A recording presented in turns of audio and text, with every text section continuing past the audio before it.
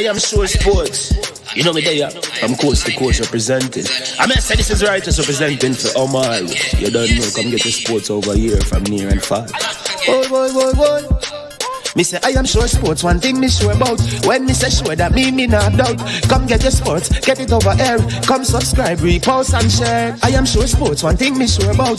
When me say sure, that me not doubt. Come get your sports, get it over here. Come subscribe, repost and share. If me not sure, that me not say it. Know who score, that me not say it. Never know no game play, that me not say it. If me never seen a game, me no know who play. For your sports news, better come over here so. For your soccer news, then come over here so. If you don't love sports, still come over here so. For the day done, you are gonna love over here so.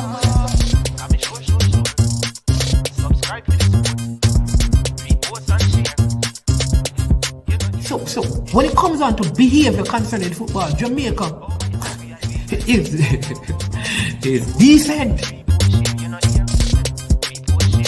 I am sure that if we can get all of these things done, set in place by the end of April, it gives us enough time before the World Cup campaign. Not afraid of no Brazil, no Argentina with these crap of players. We are good enough. Remember, like, subscribe, share. Listen, comment, let me know what your thoughts are. Trick Jerk Marinade gives your meats and vegetables authentic Jamaican jerk flavor. The spices are directly from Jamaica. Spices like jerk seasoning, allspice, Scotch bonnet pepper, fresh scallions, thyme, ginger, and garlic. The key ingredients to a great jerk marinade. 0% sugar and low in sodium. You want to try it?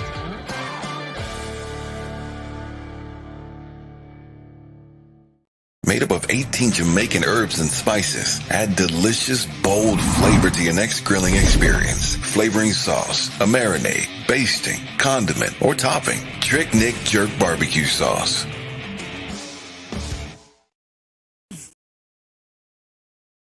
That Sports for the best authentic sportswear. You check Wilton Sports when you want the best authentic sportswear. Wilton Sports. Food change advertise fee. And for roll out the numbers. Remember, no easy laugh, no off. Some sports were for take notes. Them full of dreams and hopes. Then why them come and sell rope? When there is only one, yeah, there is only one goat. And that's a Wilson, yeah, that's a Wilson, yeah, that's a Wilson Sports.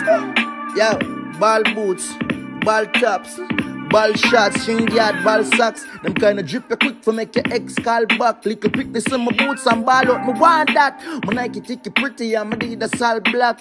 Dribble down your field, grip my feel, me can't drop. Slide tackle all, me own a team and know this now pop. Why? Because I'm by the supper.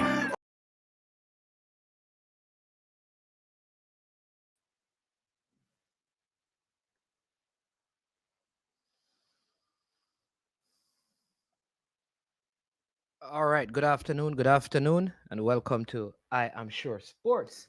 I am your host, Mannings man. I hope you're hearing me loud and clear. If not, you just indicate and I will make the necessary arrangements. Can you hear me now? Yeah. That looks like it's running. This looks like it's running. And it looks like we're up and we are going. All right. Yeah.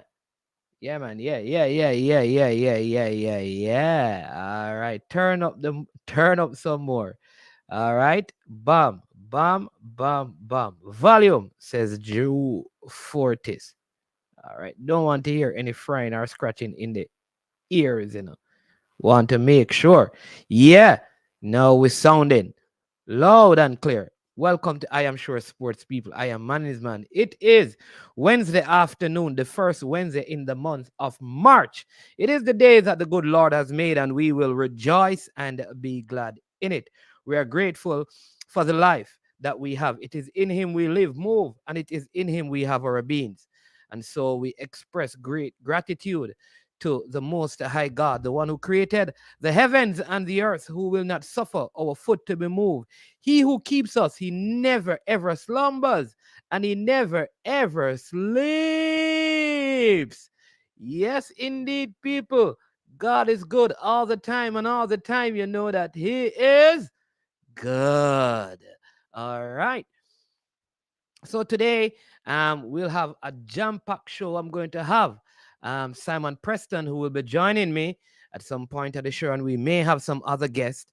I'm going to complete some of the discussions that we were unable to do yesterday, and that is because we had an unexpected guest in terms of the president of the Jamaica Football Federation, Mr. Michael Ricketts, and we're speaking to Mr. Dennis Chung, and he he was in the vicinity and he spoke to us, and that kind of affected the rest of the program, but it was a worthwhile discussion.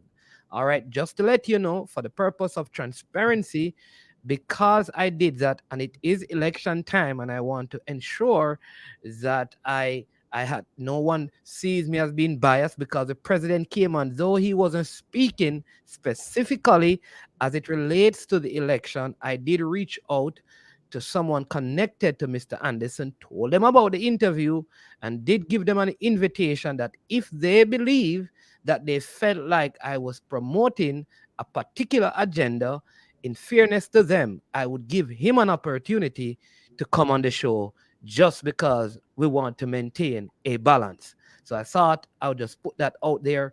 They have been receptive so far, but nothing has been confirmed. All right, Simon is here. Welcome, Mr. Preston. Yeah. Good afternoon, sir. How are you doing? Nice shirt you have on, man.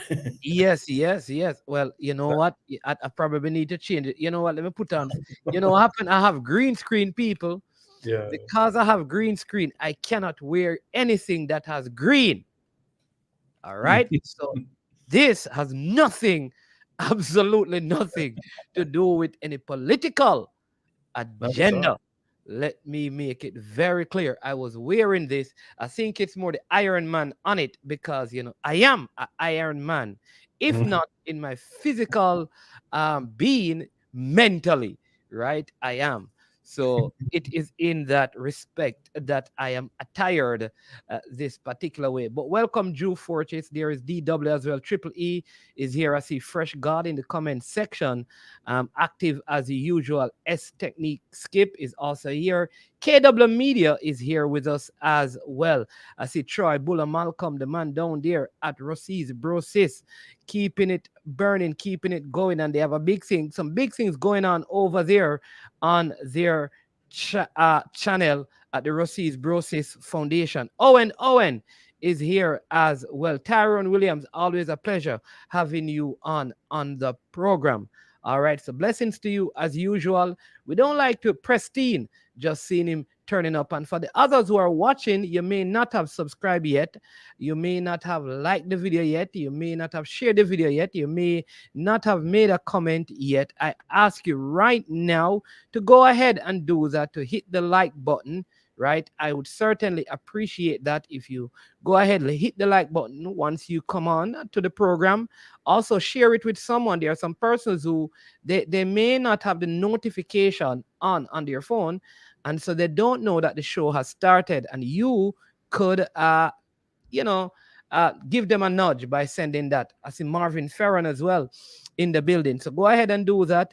And again, invite someone to subscribe to the channel today. Simon, good to have you. Always a pleasure working alongside you with the senior team. Just back from a very short stint in Trinidad and Tobago. Two friendlies with the senior team, made up of players who ply their trade in the domestic league, with one exception, which is Jaden Hibbert, who is a 19-year-old goalkeeper who played, I think all three keepers had an average around 60 minutes in the game, because he came on in the 68th minute in two of the games, somewhere around there, and the others would have played that amount of time. So good rotation. I think most players got good minutes, except for just one player. I think got just a few minutes in the first game and didn't feature in the second game. But overall, just give me your assessment of Trinidad and Tobago first, just in terms of what is happening there in terms of football, and then you can give me your thoughts on the two games that the team played. Yeah, well, quite naturally, where Trinidad and Tobago is concerned, it's like a rebuilding phase, since, handling the hurdles that they are dealing with right now at all levels in particular. And, in terms of their project, they would perhaps say that there is growth compared to, during the start of the COVID time to right now, where there is tangible progress and growth, having been 90 minutes away from Copa America qualification, qualifying for the Gold Cup last year as well. So from that standpoint, they would say that, there is growth, maybe not where they would hope to be at this point, but from Trinidad's standpoint, they are pleased about that. And I'm sure many persons would have been concerned about, why afternoon kickoff, why not evening kickoff and all sorts of things. As we know, within the Caribbean, the facilities that we have, the vast majority, you could say, are multi-purpose. It's not like one sport is specific to that facility. You can have 2-3 sports in one facility. And in Trinidad, it's important for them because they have trials as well for their curved trials as well, amongst others. It's an Olympic year, so it's a big year for track and field, and the Caribbean nations will certainly put that as a priority because the Olympics are a little bit after Copa America.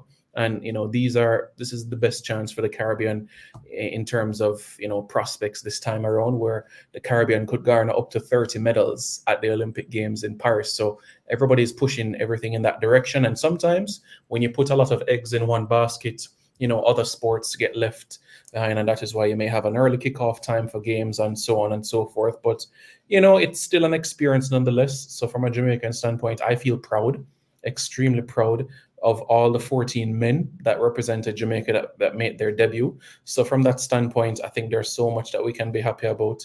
Gaining the experience to be in the camp week after week after week with Coach Halgrimson and Gordon at the technical center at UWI, and to be given the opportunity to represent their country now against one of our fiercest rivals as well. I'm pleased with it. And there's a lot of different stories with the players as well. Like, I'll just mention one, like a Jason Wright. So he played at the under-17 World Cup for us when he was 17. And he made his debut just a few days ago at 29. So for me, that should be every, indication that, listen, in life, never give up, keep working hard, your time will come, that sort of thing. Not only making his debut for Jamaica, but captaining as well. So every little player, there's a little story about them that I think it's something we shouldn't forget at all. So yeah, I think it was a great exercise, and I'm hopeful that there can be more of this moving forward for our domestic-based players. Cuba is an hour flight from us. Cayman Islands is an hour flight from us.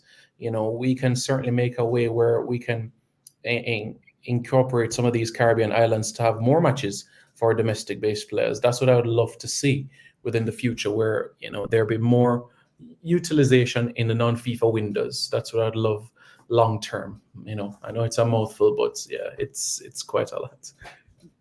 Yeah, interesting that you just shared that. I see Andre, my friend from Trinidad. Andre, jump on to the stream, man, and you can Simon can answer your question.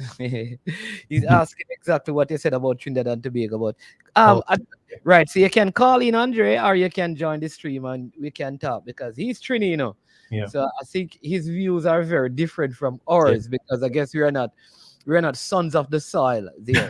I love that. And a next player that I think as well is Alex Marshall, because he has not been in the team per se to play a game in quite a while. And just to see him, and I thought, just given like some of the stuff that has been said about him in terms of his ability and inability to work hard and play hard, I thought he worked very, very hard. One of the things, so that's something that stood out to me. I also noticed that the players who played, I mean, it just shows the kind of love that they even have for their clubs, because like King played minutes for Cavaliers. I've been coming on Monday along with Ming, Joshua Anglin, Gart Stewart played Ricardo Thomas. played for Dumbehold. Then I think Ricardo may have been substituted. All the players were um had some substitution, either coming on or coming off, so they didn't play a full game. But I look at how they played in the brief minutes that they had, and I must say that a lot of them I saw doing some of the things that would have been done in the training session.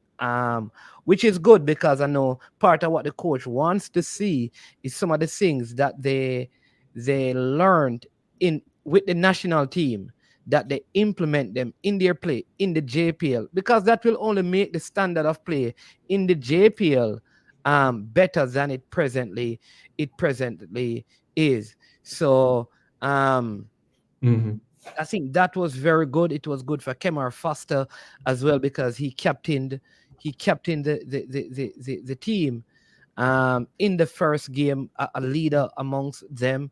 I'm happy to see Jashawn Anglin as well, because he has had some setback in terms of his career, and he has come back. He has really worked hard, and that's just a story to tell you. No matter what adversity that you go through in life, if you work hard enough, doors will be open, and you can still make something out of life, no matter the difficulties, no matter the struggles, no matter the fight. And I thought that again is something else that is worth noting, with the team. But yeah, and there are 3 players on the Trinidad team who also plays in the JPL. I thought like that was also good. The camaraderie and just there was not a lot of hostility in terms of the administrative part and the on the field part as well, which is good, though it's a rivalry. And I think we are now 27 wins, I believe. Trinidad 26 overall, and 12 drawn games. Precisely. Exactly. Yeah, that's the head-to-head right now. And I mean, I'll send you the pictures if you want, the persons to be able to see on the screen in relation to the links of players that play for Trinidad, but, play for Jamaican clubs as well. Just the unity after the game. But you're absolutely right there. Yeah, we know when it's match time and we go for the results. But after the game, seeing those moments of having the Mount Pleasant Academy crew come together, players and staff together, and same for Montego Bay United as well. I think it was a fantastic sight to see as well, to have all of that together after the game, just mingling a little bit.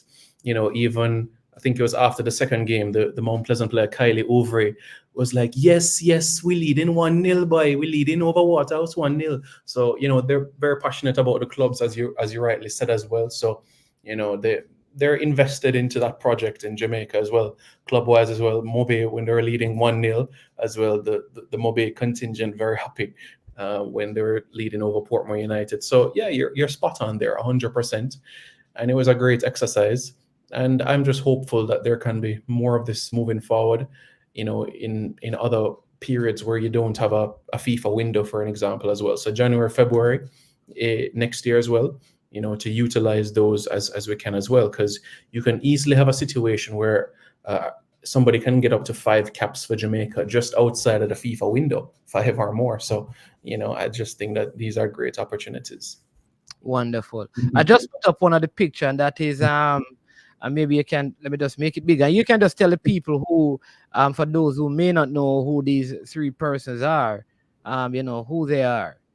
Sure, no problem. So on the left, that is Shamor Smith of Jamaica, who made his debut in that first game at the Hazley Crawford Stadium. To his right, the number 4, Josiah Trimington of Montego Bay United. So both of them of the same club, a defender. And the man in the middle, that's Dr. Kevin Christie, a physiotherapist, a part of the Reggae Boyz staff. And he's also part of the support staff of Montego Bay United as well. So that's why he's part of the shot as well. So those 3 part of the Montego Bay United contingent. So, after the game, mingling, speaking, and, where their headspace was in terms of, listen, after these 2 games, we have to push for top 6. So their mindset, all right, what can we do, after this international break, and putting plans together and everything. So it's refreshing to hear and see.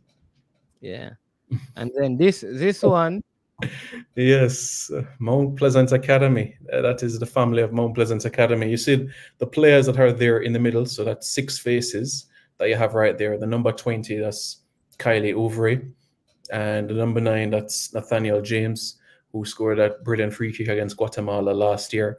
And the Jamaican men, number 14, Sule McCullough, the number 23, Shaquan Davis, number 4, Romeo Guthrie, formerly of Arnett Gardens, formerly of Constant Spring, and number 12, Devontae Campbell, also making his debut as well.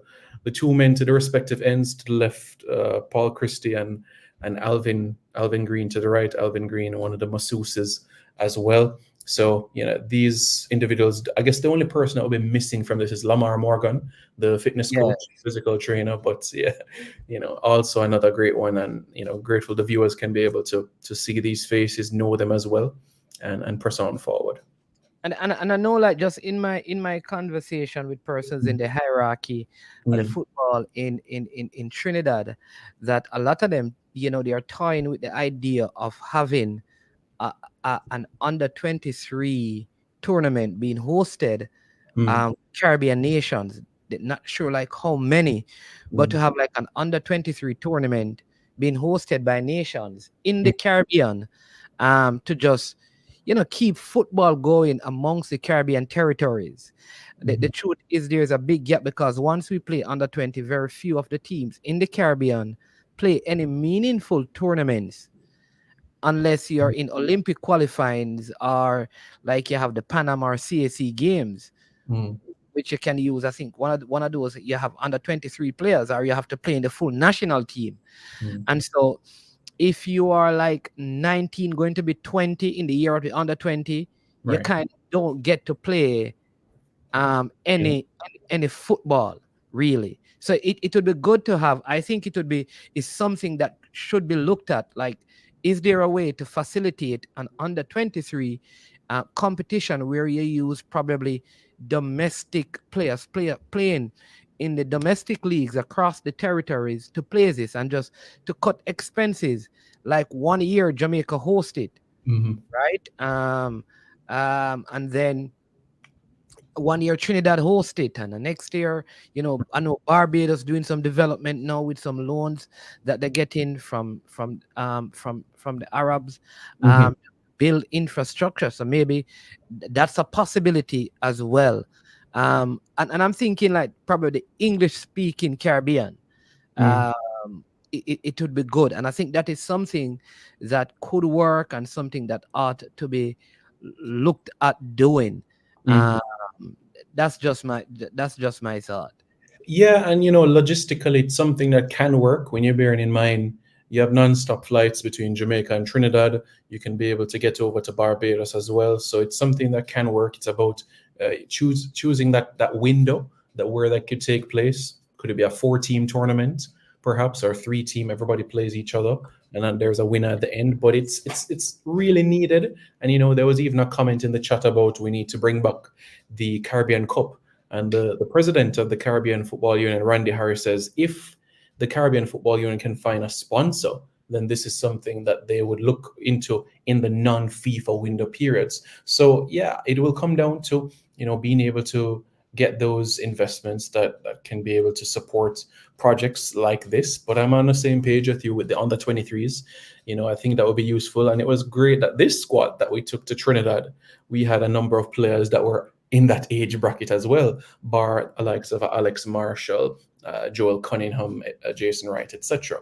But you essentially had players that were in their early 20s or late teens. So I still think that this trip itself was a great booster for them, and hopefully they go back to their clubs with that mentality of, okay, I have 2 caps under my belt, I'm hungry for more now.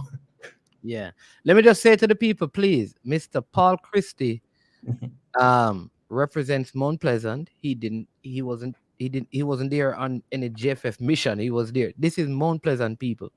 They had 1, 2, 3, 4, 5, 6 players, and they're scouting other players from Trinidad. So they were there on their own personal. It had nothing to do with the JFF, right? So I see that question in there. So I just think I just need to make it clear, not because you see the picture, it means that he is a part. If you notice, he doesn't have on the staff jersey, he has on his fan jersey. So Right. because he's a fan, yeah. Yeah, and he wouldn't mind, me saying as well. A few days before we arrived, there was the CONCACAF Under-20 qualifiers in Trinidad. So, he was there during that time frame as well. Yeah, right. So he was there for the qualifiers as well. There Mm. you go. Looking at talent for Mount Pleasant. So he Mm. was there on a scouting mission and he watched one of the games. All right. Yeah. Yeah, I think DW's next comment is just a joke. Let me just state this. He's saying that that's unconstitutional if you use domestic players only. All right. I think he's joking, right, DW? I know you very well. He's joking.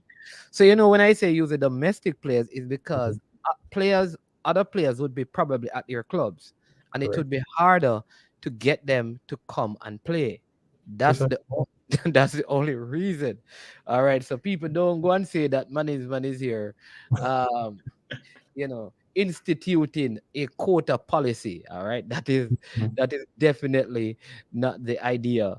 Yeah, he's troubling cranky. Yeah, but one of the things though, Simon, that just on the other side is just from my observation, and like I said, having dialogue with some of the persons in Trinidad, it seemed like there's a common problem across the Caribbean. I must also mention that Grenada is Grenada is also one of those teams that could participate and probably could host one of these. I don't know how many stadiums they have that can probably play this level of football, but I know they're very good at what they do in terms of hosting nations, and they could also be the host of this Caribbean, whatever it looks like. Yeah. Absolutely, you're right. Because the stadium we played them in the Nations League in October, Corona James Stadium, that would be one. And the cricket stadium has a pretty decent surface as well. So two in that aspect. But you're right. In that aspect. So Grenada, Trinidad, as you mentioned, Barbados has facilities, Jamaica. So if it can be spread out in that aspect, then great. It's just that sometimes travel to the Eastern Caribbean for Jamaica can be a little tricky. So that is something that would have to be considered as well. But just on a different note, right? All right. They're asking big up Live 11 Radio, but I want to answer you. You're all right, man. You notice your name, you have a big Italian name, man. You're probably, you understand me? I don't know. Al Pacino's family and all of them things here now. So careful now. Yeah. So what I want to say as well, Simon, is that there seem to be an issue with maintaining facilities across the Caribbean. And I saw that in Trinidad, right? I think they are refurbishing almost excuse me, all of those stadiums that were recently built. Yeah, correct. Yeah. Let me just Take your time, no problem. Drink some water. Yeah. So two things I'm thinking. Is it that Trinidad has too many stadiums and they don't have enough football? And should Jamaica use that as an example to not build 5 more stadiums, but probably 1 more and maintain the ones that we have? What is your thought? I think sometimes in life, we don't realize what we have until someone else mentions it or it's gone.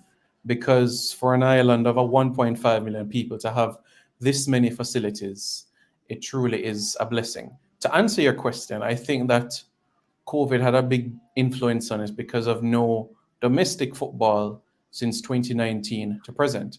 So 4 years with nothing on that island, nothing in most facilities.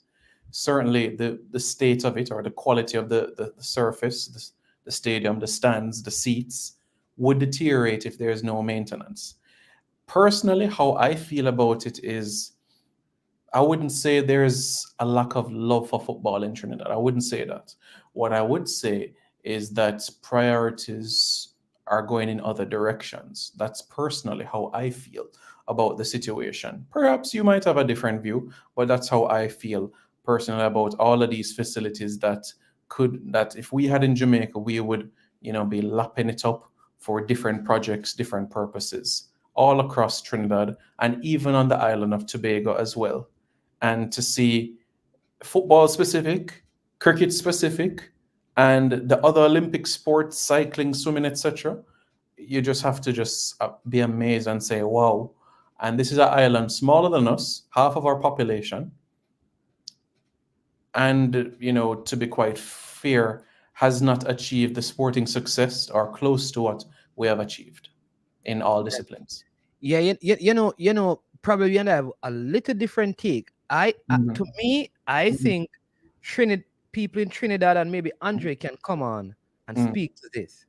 I believe that they based on what I saw in that stadium, they seem to love football more than us in Jamaica, the fans at least, unless it is because they have been starved for it for so long, because they had good support for the game in the USA.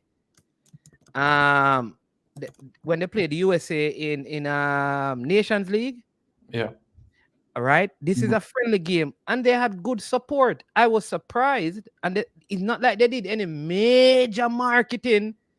The tickets were on sale. They wore their colors. I just felt like if that said game was played in Jamaica at that time in our national stadium and that said day, we wouldn't have had half the people in our stadium. So to me,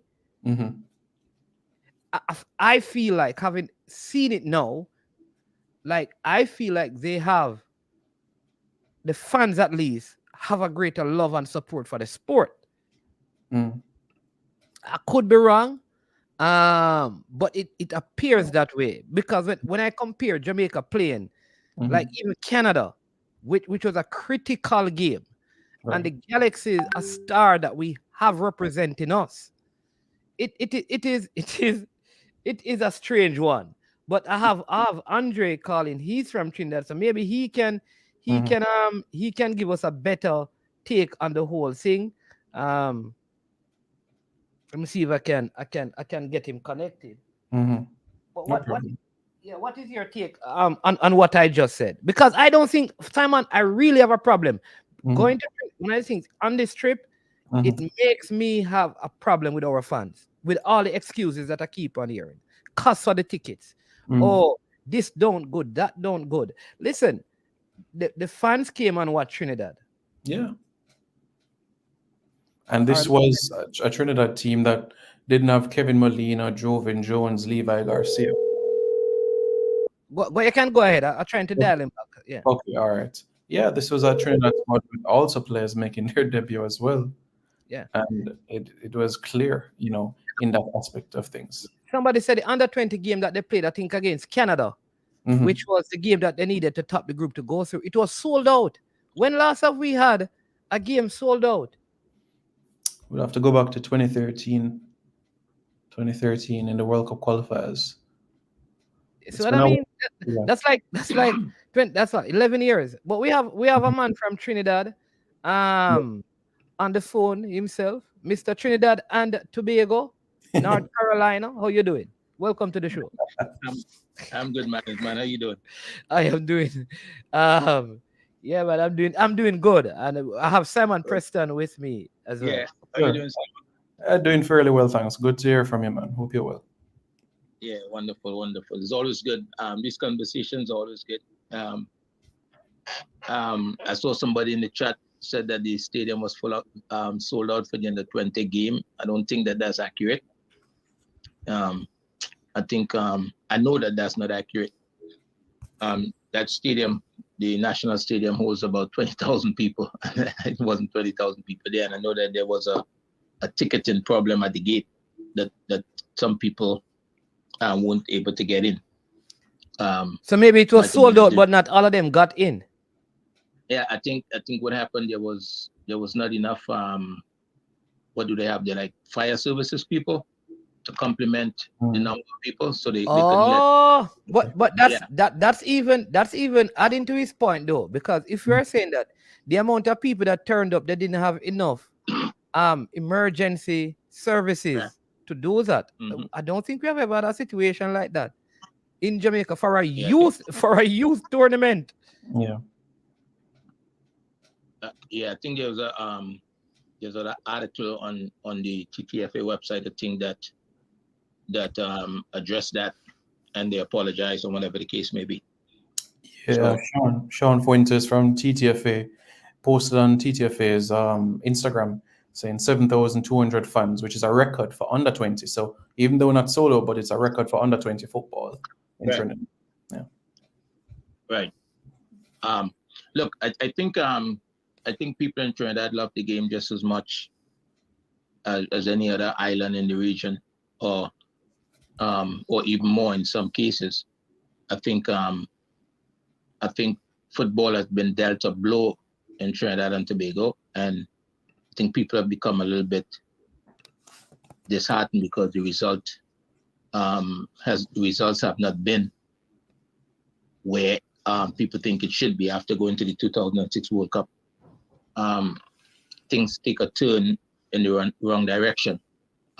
So it's been kind of, like you're trying to start a car that's not working well sometimes, and it's a false start here, a false start there.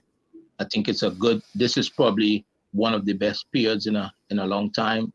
If you take out of the picture the under 20 not qualifying for the next stage, those are things that we would expect would happen, but it didn't. But as far as the senior team is concerned, getting an opportunity to qualify for Copa America, if we can take that, then that's a good moment for Trinidad and Tobago, just like it is for Jamaica.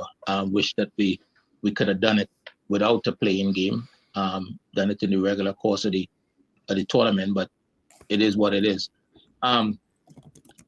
As far as the conversation about facilities, there's a lot of things in the society that affect. Just this morning, I was talking to someone who pointed out to me, when we talk about the facilities and the lack of access. You guys played the game, I think, was 3:00 in the day. Simon mentioned it at the opening. And I think the situation is that the facilities need maintenance, right? The lights weren't up to standard so that the game could play later, so it had to play earlier. Some of what Simon alluded to earlier about the different sporting disciplines that is vying for the use of the facilities is correct.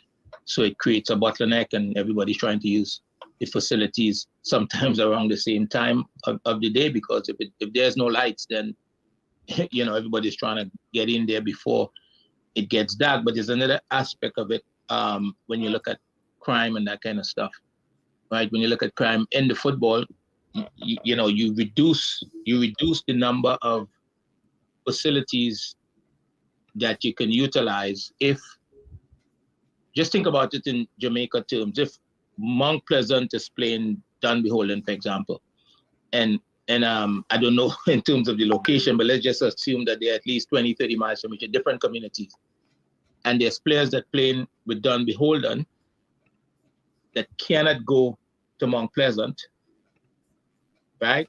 Because they won't be able to leave. Then they can't play that game at Mount Pleasant. They may have to find a neutral facility somewhere. So that takes a facility offline. You see what I mean? Yes. Yeah. So that now, because you have to find a neutral site to play that game, that the criminal element in the society wouldn't affect the football outside of you not being able to play where you want. So some of that comes into play as well and affect the ability to use some of the facilities as the league go on. So I think that's you're speaking in Jamaica, in Jamaica or in Trinidad, because no, I'm speaking in Trinidad. I just use Jamaica as an example. No, because I don't know, unless I don't know the geography of the places that we were, but I didn't feel like where those stadiums were situated, unless I'm not understanding. I don't think where the stadiums were situated that we used, and that they are in areas that I felt like would be unsafe. Right. So those are neutral sites. So that's the Right. point I'm making, right? Okay. So instead of a game playing in the community of where one of the team is from, right? Instead of game playing in Oh, I that see what you community, mean. you now have to take it to a neutral site to avoid that element of it. Yeah, but are there all right for like Lavatel? Laventil, As right? some people would say, Lavant Hill. All right, Laventil, right? That is one of those troubled areas. Like it could be viewed as one of the garrisons, like what is in Jamaica, but they don't have a football field like in the community itself. So even if they wanted to play there, they don't have any. Well, right. Even if they wanted to play, but there are other communities that they would have a football field, right? And a team may be from another community that might have players on that team that may not be able to go to that community. Okay. Right? All right. So let me help So the people because let me help the people because some of the like Duckland is asking, which is true, because they don't a lot of people don't believe like these issues exist in places like Trinidad, right? So there are communities that players from particular communities, like Andre is saying, may not be able to go in there because of conflict. Right? That's the point you're making, right? And so therefore the games end up playing on a neutral venue. And because it is played on a neutral venue, I guess you don't get the support. And then one venue is going to deteriorate.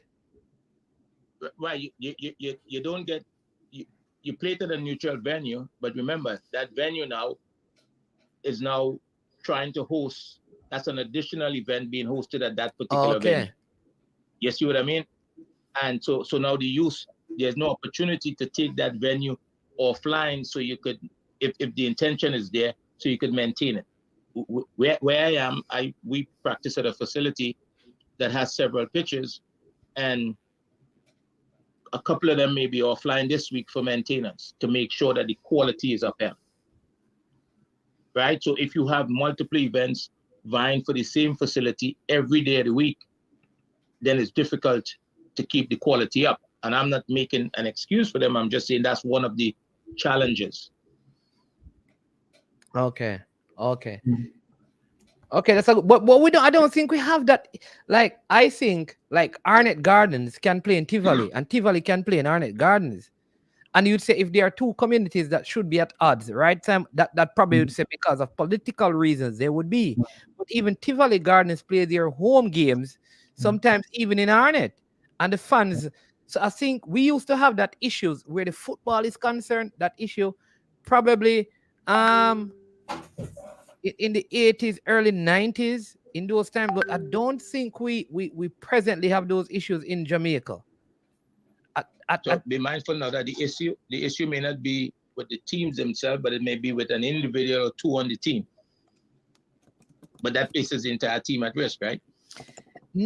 Like I don't know if like I hear you, I think it's a valid point, but in terms of Jamaica, like because a lot of the teams have their venues. So I know Tivoli Gardens they have not been like in Jamaica.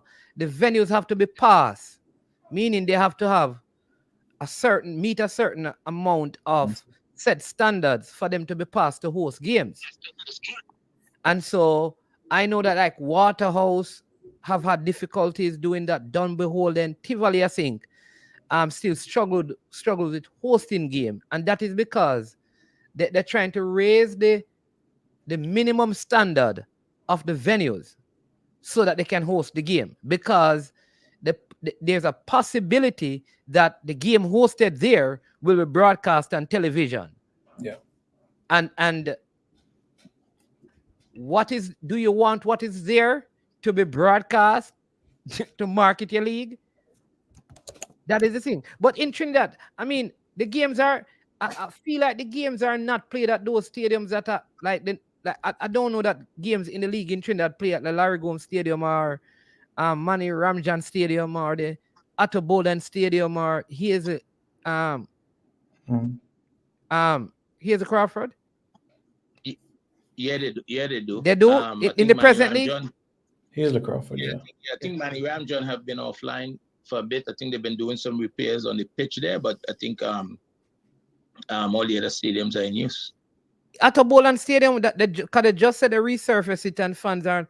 So I don't know. I feel like Some one of them have been offline. Either at Boland or Manny. I think it's at Boland, but there's some the surface. I think it's a nice service, but there might be other issues with the infrastructure that needs to be addressed. okay. But So what let me I'm ask saying, you what guys let me give you an example. Like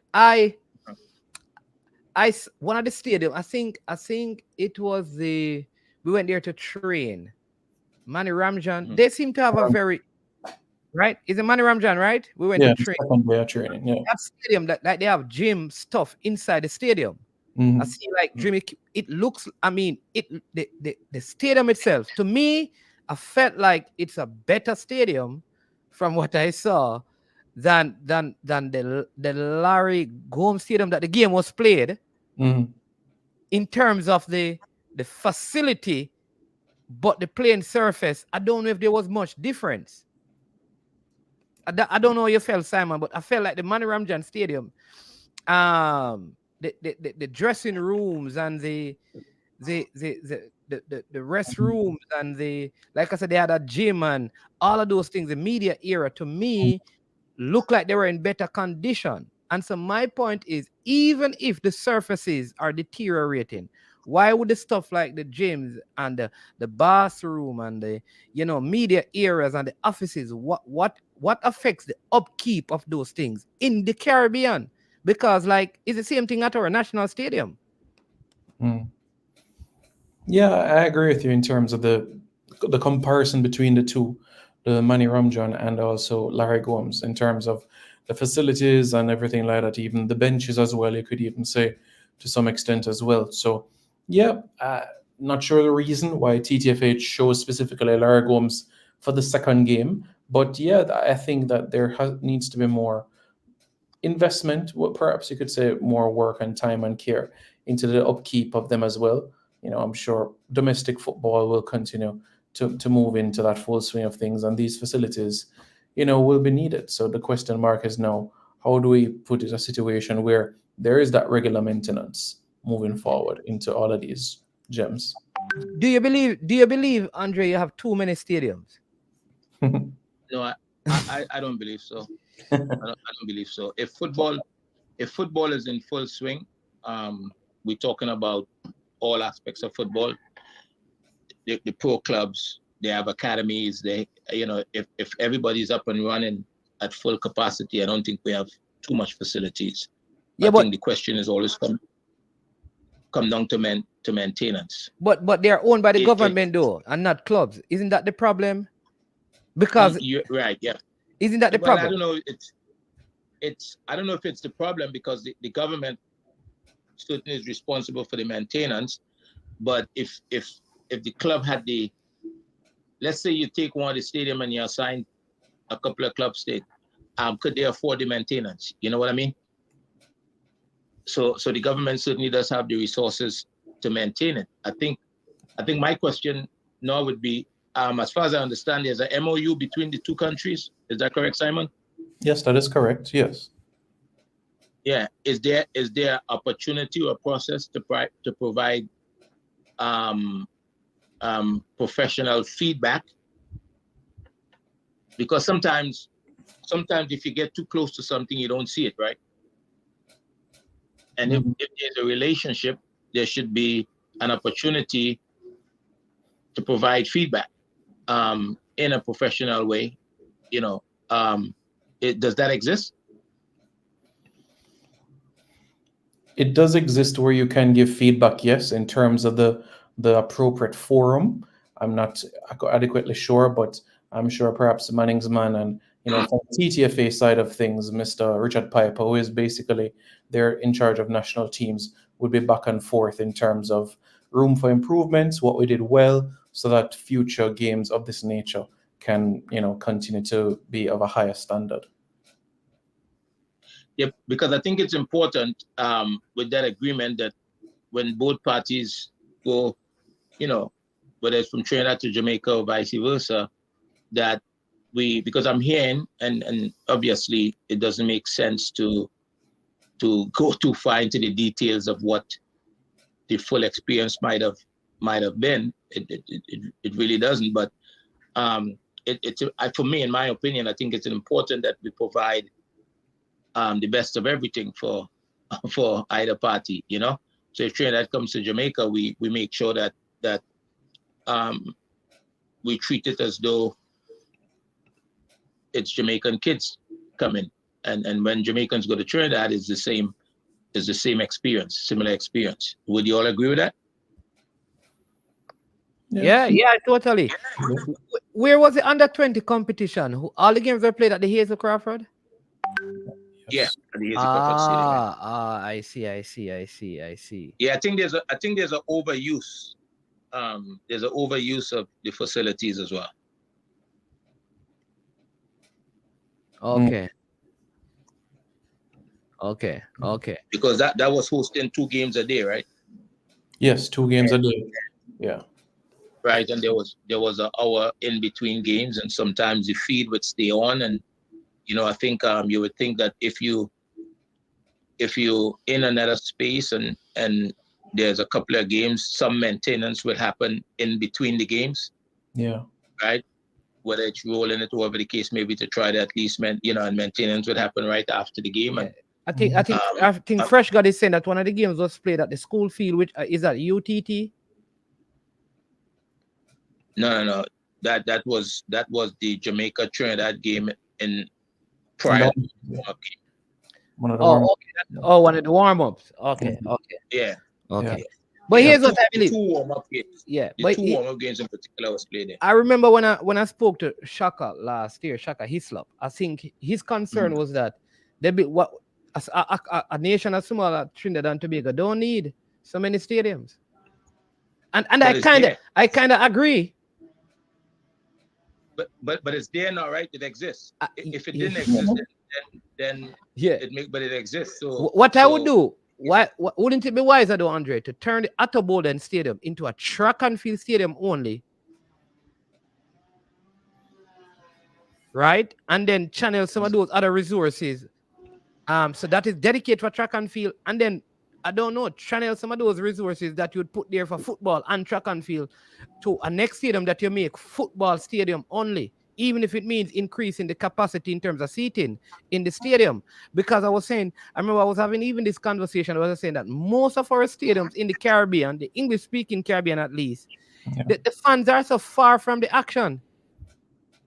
Yeah, it's true, because a lot of the facilities across the region are shared with other sporting disciplines. You go to, perhaps when we go to Dominica for the World Cup qualifiers, it's going to be at Windsor Park, which is a cricket stadium. St. Vincent and Arnos Vale Cricket Stadium. St. Lucia Darren Cricket Ground, it's a cricket stadium, but it'll be used for football, but you're further away. So you're absolutely spot on there. And Andre, perhaps you can even touch of when Queen's Park Oval was used by Trinidad for World Cup qualifiers as well, because that was a venue that was used even by the national team. It was a different atmosphere. Yeah. Because it was closer to pitch side. Correct. Yeah. And the greatest player in the world played there. That's another conversation. Who is that? Walter Boyd? Yeah. No, I think he happens to be Brazilian. You're talking. I thought you were talking Lionel Messi, Oh, come on. That's the diagnosis would be recency bias there.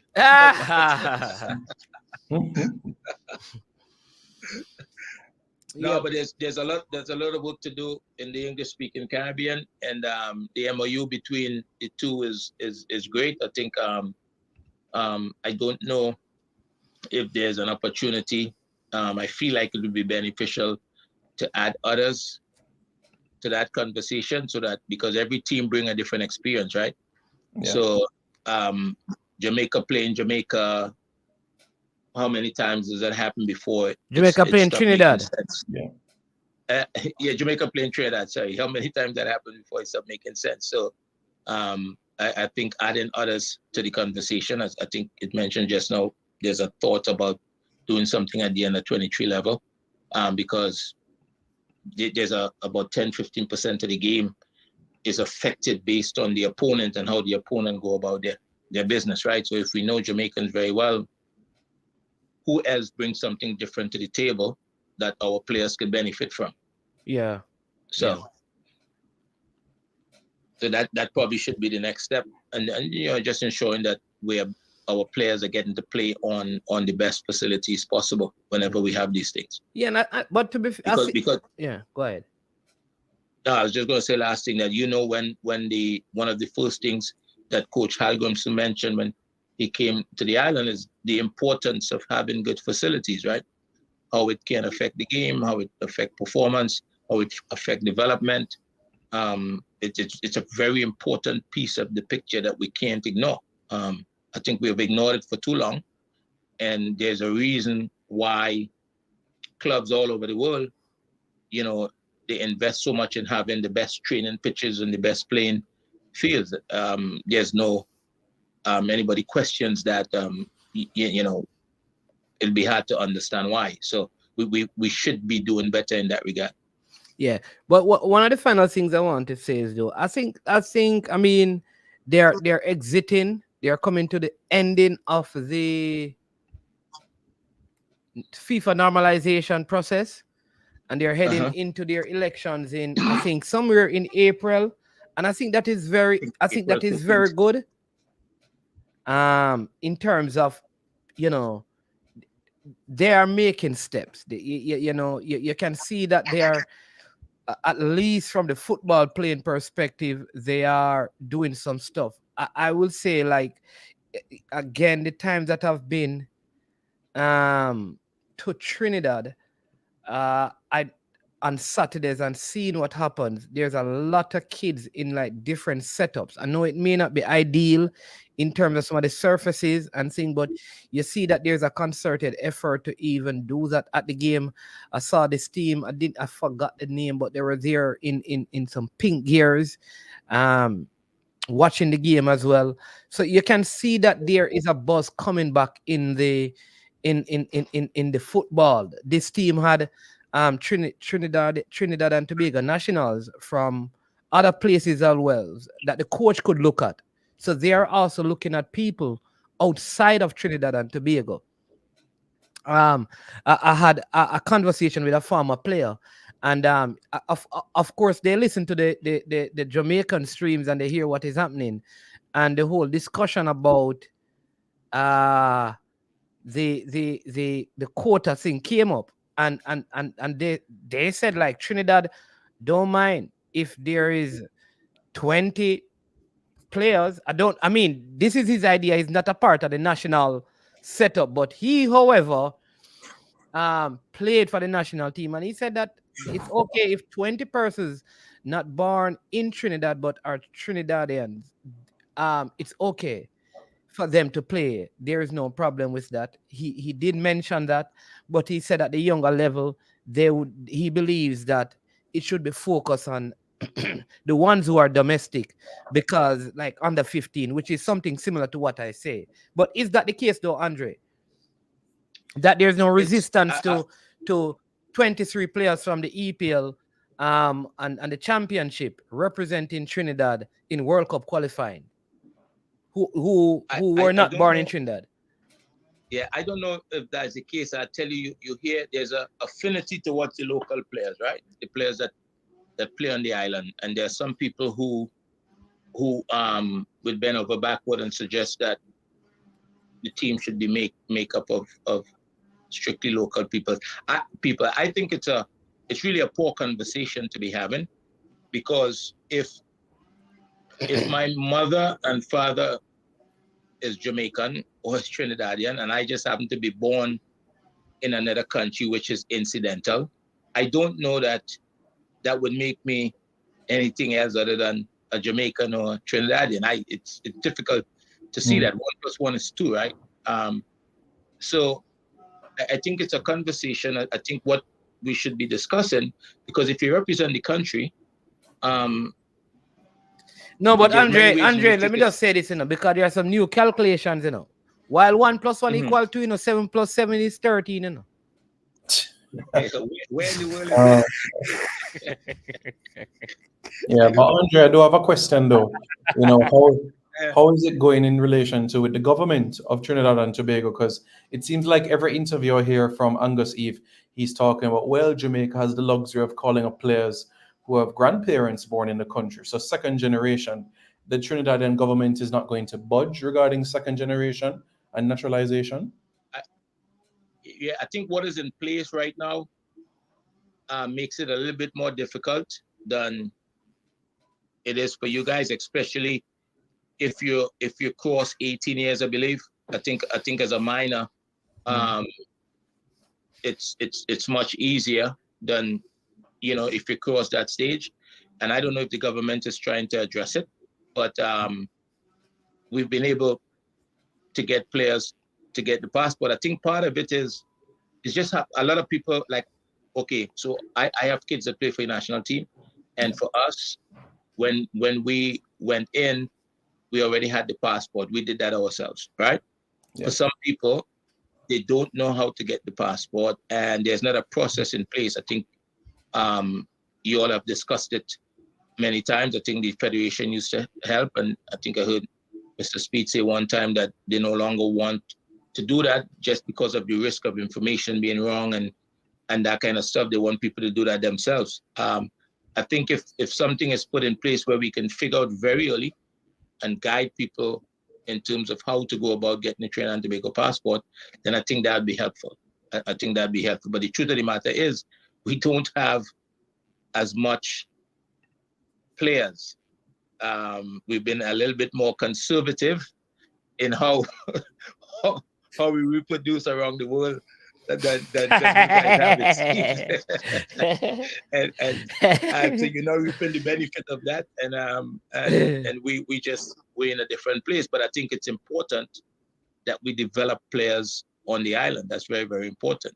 Develop players and provide them as early as possible. I think maybe 15, 16 years with the opportunity to go into other markets to continue the development, right? So that they can have the exposure to the type of football that would develop them into players that could represent the country successfully at the national level.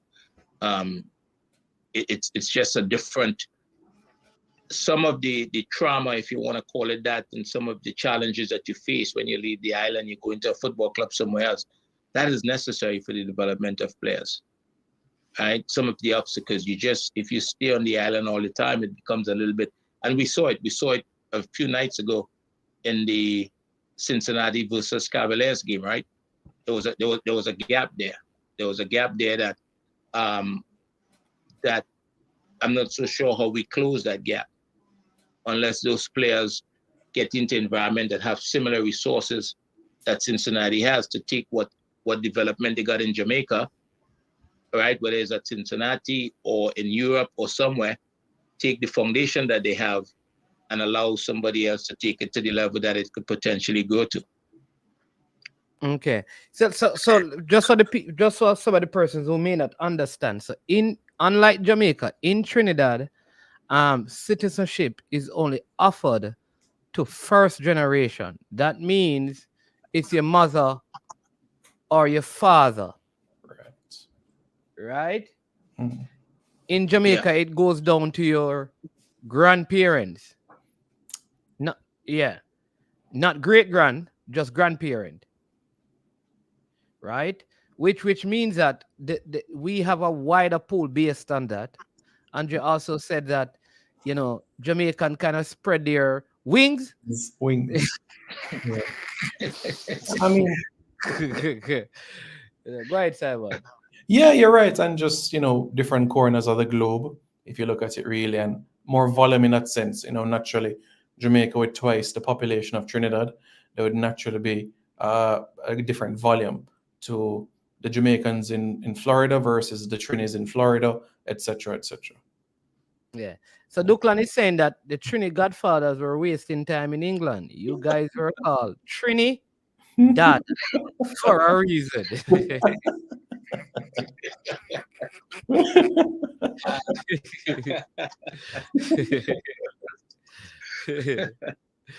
Yeah. That's a good one.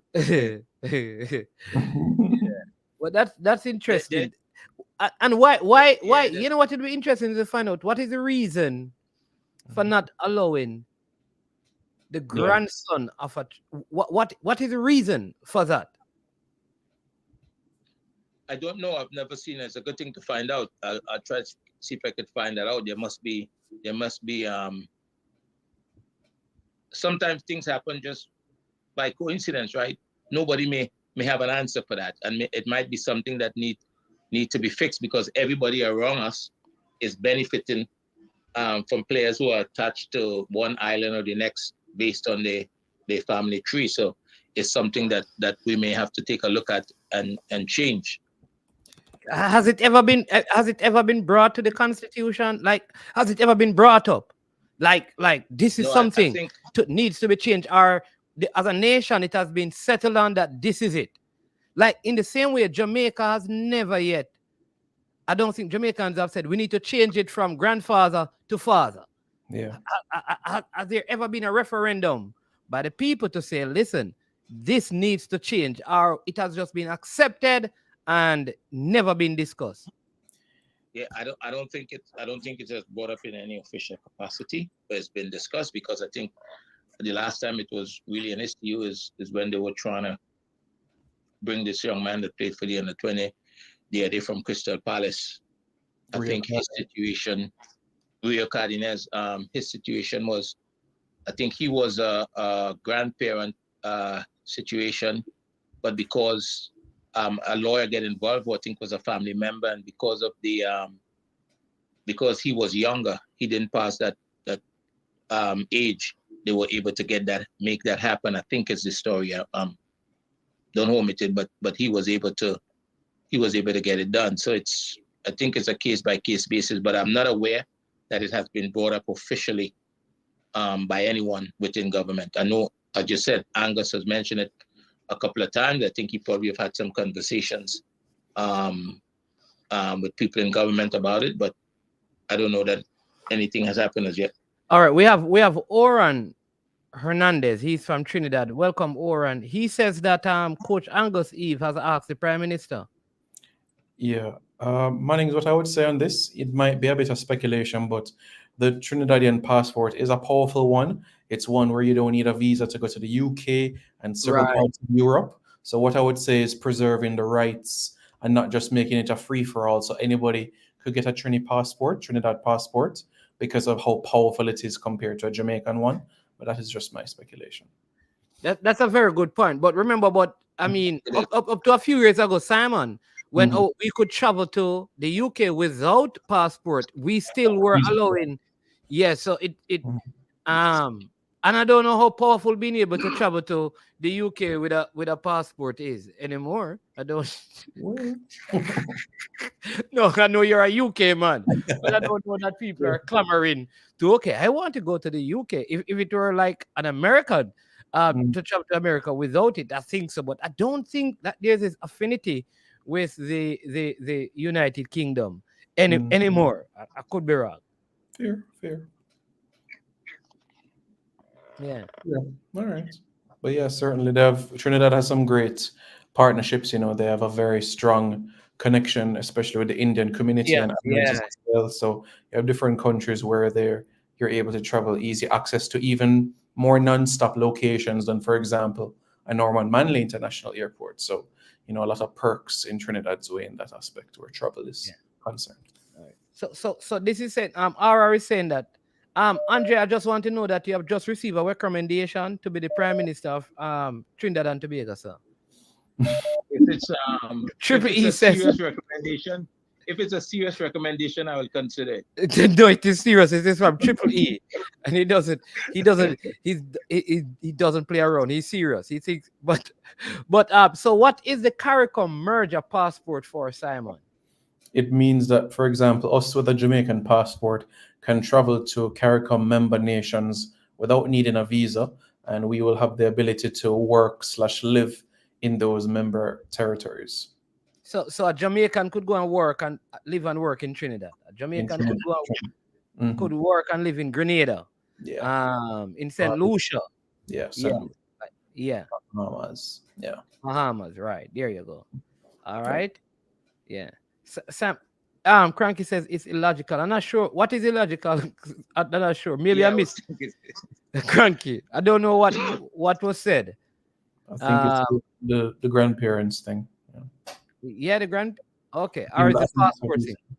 Maybe that is what he's saying. That's illogical. Yeah. And he said also being part of the Commonwealth. But Jamaica is a part of the Commonwealth.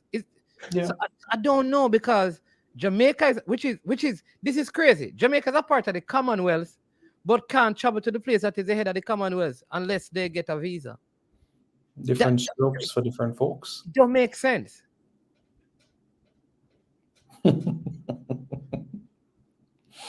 Declan is having a blast, eh? It's an interesting one, Mannings, because just another interesting example. So, for example, us as Jamaicans with our very own Jamaican passport, we can go to Russia without a visa, but persons with a Trinidadian passport need a visa. So somebody from Trinidad needs a visa to go to Russia? Yes, but we as Jamaicans don't. Okay.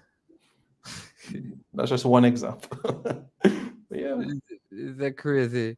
Are there any players in Russia that could play for Jamaica? I can hear I decided I'll ask it first because I can hear the brain. Dwight is reminding us that Haiti is also a part of CARICOM. Yeah. Yes, they are. So Haiti is the same as well, even Belize. So if we were to book Belize in World Cup qualifiers, same thing as well. We could travel without a visa. So yeah, Antigua, St. Kitts. Yeah. So you're absolutely spot on. Duckland. Duckland, not easy.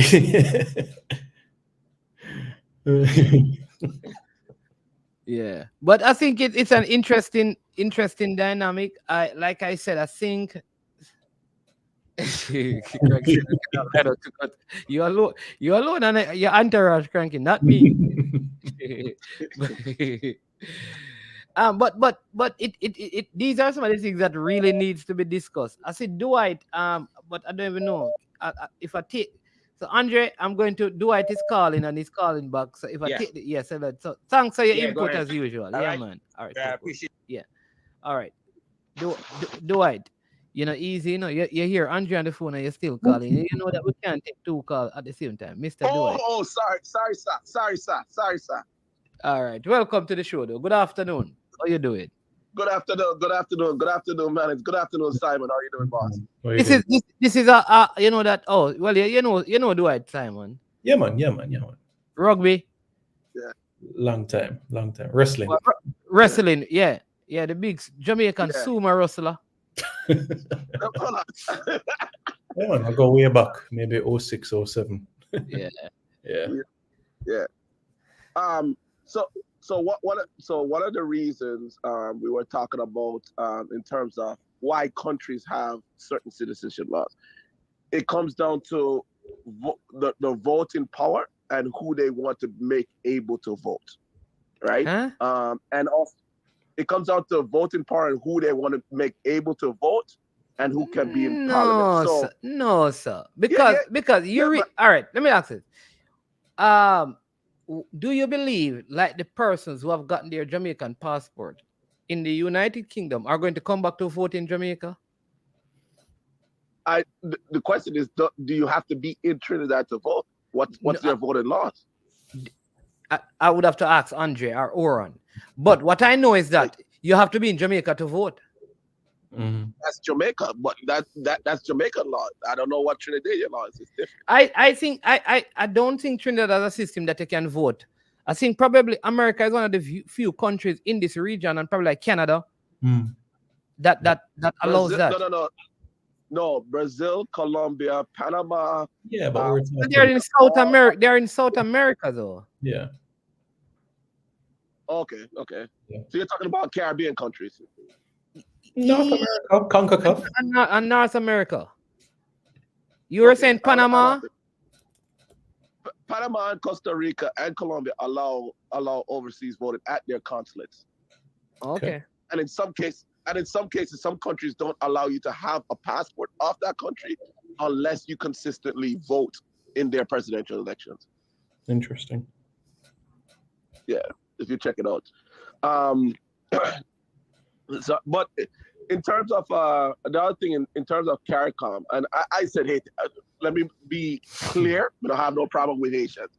But when you talk about CARICOM and you have free movement of people, it includes every one of the 15 members in the full 15 members of CARICOM. Mm-hmm. So that's where the CARICOM issue is really being disputed. It's not, I don't think anybody is saying that the free movement shouldn't be there. Is can the region handle the free movement of everybody? And I tell you, the truth is that Jamaican and Haiti and the movement of our people throughout the region is probably one of the sticking points with it. From a business standpoint, it works, but that's probably where the sticking point is with it. So what about let me ask this. What about Cubans? Can Cubans move freely across the Caribbean? I don't think so. No, they cannot. They can go to, once again, they can go to Russia, they can go to the Eastern Europe because they don't need visas to go there. If you notice the Cuban, well, I shouldn't say if you notice, Cubans that are in Jamaica and move out the region, they typically have a Jamaican passport. Cubans typically have a Jamaican or Bayesian passport because that's where their English-speaking diaspora, if it doesn't come from the U.S., it typically comes from Jamaica or Barbados. Okay. So, yeah. Cubans really, in terms of passport power, Cubans really rate a Jamaican passport, a Guyanese passport, a Trinidad passport, a Jamaican passport, because it allows them to move within the CARICOM region and also get in and out of Cuba. Because Jamaicans don't need a visa to go to Cuba, you know? No. You do, but it's given at the airport. That's a tourist card. You don't need a visa. It's a visa? No, you need a visa, but it's given at the airport. It's just a stamp. Yeah. Okay. Yeah. Yeah, it's a thing. So you believe that part of the thing is that when they were putting this in place, it had to do with votes and giving power to vote to people who don't live in the country and who can represent in their parliaments. So basically, a lot of the countries have it because they didn't want a bunch of people who live overseas or dual citizens be in their parliament. They wanted to limit that to a certain degree, i.e., because if you think once you go back to grandparents in 1962, you're dealing with you haven't really changed the people that were in power in terms of. Okay, so what you mean? You're saying that if you go back to when these things were instituted, then you're trying to eliminate like some of the slave owners from influencing the election are coming to represent, are coming to be a prime minister then. Exactly. Who's eligible to be a prime minister. Okay. That's where it comes in. Yeah. Yes. So that's the short thing. All right. When you get back in the comment section, you need to speak to TikTok. Yeah. he's having a challenge with some of your comments, so you need to address his comments. All right, no problem. Respect. Yeah, but all right, respect, do it. All right. Oran from Trinidad is asking Simon, what advice you all have to coach Eve versus Canada? That's a good one. Well, firstly, hold on, Simon. I just got this. That in Jamaica you can get citizenship from great grand. Yes, that's what Mr. Campbell was saying. You can get citizenship for great grand, but in terms of when it comes to football now, representing the country, that's another one. But for example, in Jamaica, no, I just got that because I just got that from a football person, which is suggesting that so you have your grandparent, your great grand, and your great grand. That is how far back the Jamaican citizenship goes to? I know great grand. I know the first great, but the second one, great, I wasn't aware. But Archie Brown, for example, was in Belgium. I know his great grandparents were born in Jamaica and he had started a process. So Great grandparents, yeah, I'm sure, but great, wow, interesting. Okay, I want to make sure. But you want to take that comment on the screen from Oran. He's from Trinidad. All right, sure. 1 second. Oran, what is your advice to Coach E versus Canada? All right, look, they're a team, Canada, that when you press them with that consistency, you'll be able to find the holes that you need to penetrate. So it's just a matter of time once you have those elements that come to fruition for you. In relation to goalkeeper Milan Borjan, more strong on his right compared to his left. You shoot to his left, then I mean you will be able to find opportunities there. And all the best, because it would be absolutely fantastic to have another Caribbean team at the Copa America. Trinidad and Tobago opening the tournaments against Argentina. That would be a fantastic atmosphere. So yeah, honestly, I'm hoping that they'll be able to get the results. Trinidad and Tobago to be the third Caribbean team to qualify for a Copa America. That would be a fantastic sight. So, eagerly looking forward to the game. It's going to be hot in Dallas. So, make those preparations. We've had those 3 o'clock, 4 o'clock kickoffs. So, I do think that Trinidad has a great chance, especially after the result against the US. Yeah, listen, one thing I know is that it's hard to beat these teams sitting back. And I think like in both games against Canada, because even in the game in Jamaica, we created opportunities. And we did the same thing in Canada. It's almost like to win, you have to attack. Mm-hmm. Yeah. So my simple advice is, do not go there seeking to play low block, catch them on the counter, put them under pressure. Yeah. All right. But I just got some information, Simon. So you may apply regardless of the number of generation. Just have all the birth certificates to prove it, and that is from somebody who's connected to the process of citizenship in Jamaica. Yeah. I think it's no matter how far back. That is interesting. So it don't matter how far back, as long as they can prove, you can check the family tree, and you have the birth certificate. You can go as far back. Whoa, I didn't know that. I thought there was a place that it stopped. Yeah, that certainly is quite compelling. And even for persons that might say, I wonder this or that, RGD is there to help as well. First name, last name of the family member that was born in Jamaica, the parish they were born in, and they would be able to find that birth certificate for you. So that helps. So if there is a lady who said that Bob Marley's father had a next child, right, outside of Bob, right, and they have great grand, that it makes sense, because they could not deny, because they can prove, like once they can prove by birth certificate that they are from the same you understand me? The same Marley as Bob Marley. What would prevent them, Robert Nesta Marley? What would prevent them from being Jamaican citizens? If they can show that indeed they are the great grandchild of the said man. Yeah. If you can get Bob's birth certificate, then great. No, I'm not talking Bob. I'm talking Bob's father. Oh, right. Yes, so if they can trace it back to Bob's father, then yeah. All right. That's nice. Cool. Yeah. All right, listen. Bob Marley's father was Scottish. Well, you hear other things too. I've heard English from Liverpool. Yeah. The man was English, so the female has to have Jamaican connection. You can be of English heritage but born in Jamaica, like Bob's father, like George William Gordon, etc. But yeah. All right. Yeah. All right, Simon. Listen. So a lot of people listen to Coach Hal Grimson CONCACAF presentation, talk, interview, And he was asked a question about Mason Greenwood, and that got many people into a frenzy. Think some are saying that yes, he's coming. There was nothing definitive, right?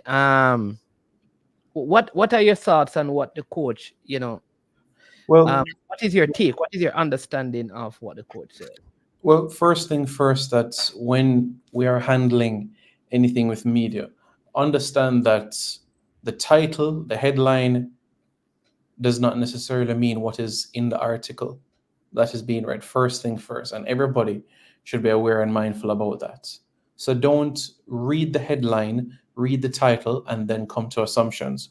Go into the article and read it. Are there any quotes? Are there any open quotations and closed quotations? Because that gives evidence of credibility to a story. If it is just a written piece without quotes, then it's not there.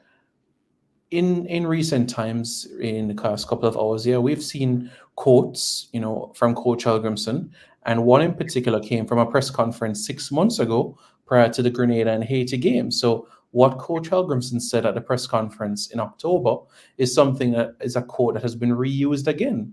You know what I'm saying? So we have to be mindful, do our research well, and really be objective before we come to conclusions about things. So that is what I would say. In relation to other quotes that have been made mentioned, he is basically coach is repeating what he said in October. Of course, he wants to have the best players involved. I don't think there's anything wrong with anybody to say that. None at all. All coaches want the best players, just absolutely factual. So for me, I just want persons to be aware about it. I don't want us to be quick to conclusions, quick to opinions of just a headline, of just the first sentence of a story. So everybody just needs to be mindful about that. Don't be quick to jump to conclusions. Read, analyze, meditate first, and then you can take time to form your opinion. So All right. So I think Drew Anyweather, Dre Anyweather. This is March 6th. So he's saying that read it. I'm going to read. It says Reggae Boyz coach Himir Hallgrimsson expresses desire for Mason Greenwood to join national team. All right. That is what the headline is in this particular article right here is saying. All right. I don't know if you can see it. All right. So let me just read now the article. Reggae Boyz head coach Himir Hallgrimsson has openly expressed his keen interest in inviting Manchester United forward Mason Greenwood to join Jamaica's national football team. Greenwood, currently on loan at Getafe, faces limited prospect for an England call-up ahead of the Euros 2024, paving the way for the potential international representation elsewhere. The 22-year-old, who earned a single cap for England against Iceland in September 2020, found himself at loan at Getafe after Manchester United deemed it necessary for him to continue his career away from the club. The decision followed the dropping of charges, including attempted rape, engaging in controlling and coercive behavior, forced behavior, which is the word, and assault, occasioning actual bodily harm, all of which Greenwood denied by the Crown prosecution since service in February 2023. I need to. All right, so let me come down to speaking at the CONCACAF Nation League press conference in Dallas on Tuesday. Hal Grimson confirmed the ongoing discussion about Greenwood's potential inclusion in the Reggae Boyz squad. And here is where they have the quote. I really don't like to talk about what ifs, but this, of course, has come to our mind. All right, this is the quote, end the quote. Then he said, the coach said, I would love to have him in my team. Like all coaches, I would like to have the best players in our team. But it is always up to the player himself if he wants to do it, added Hal Grimson, highlighting the player's autonomy in making such a significant decision regarding his international career. Like Simon is saying, nothing has changed. this is the first time that the UK media are having an opportunity to speak with coach, and they've written something that we knew about from October 2023. I'm more than happy to send you the clip that quotes it in a press conference, October 2023, to show it's the same thing. But it's nothing new. Nothing new. Yeah, so that is it, people. So like sometimes we just need it.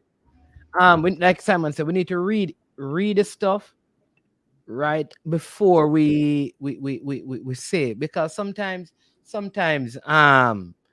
we run with stories that are not there, but none and there is a clip that Simon has posted in the chat, so I suspect that if you want you can go and listen to it. So that is very important. Now Simon has to leave shortly, you understand me?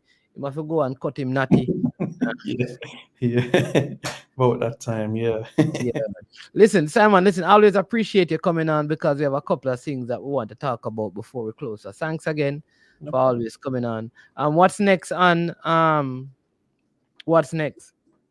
Yes, so basically we know the end of the month Nations League in Dallas, and two big games, two wins from a trophy. So we're looking forward eagerly for that. And in the month of April, we'll have the draw for the under 20 World Cup qualifiers. So we'll know which group the under 20 Reggae Boyz will be in for the final round in Mexico in July. So we can stay tuned for that. So April will be the draw. March, March Nations Yeah. Oh, March. Okay. Yeah. And the back end of like the different club leagues will be in May. Yeah. And of course, that gives an opportunity. As soon as those leagues end, you can start to have players in camp ahead of the World Cup qualifiers and Copa. So, yeah. Remind him again. June 1st World Cup qualifiers. Jamaica versus the Dominican Republic, June 6th at Where home. is it? Tell the people, June the 6th. Today is what? The 6th of March. You have March, April, May to save up $100 a day, people. Simple. You're right. $100 a day, people. Spot on. From no. You understand me? June 6, 2024.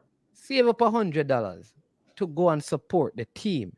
Stop telling me that the team, and I keep on saying, how many games have Hal Grimson lost? The only persons that should be online should be those in the diaspora. Everybody in Jamaica should be at the stadium. There you go. Simply put. All right. Yes, Simon, thanks. I don't know if you want to take Duckland's question. Don't know.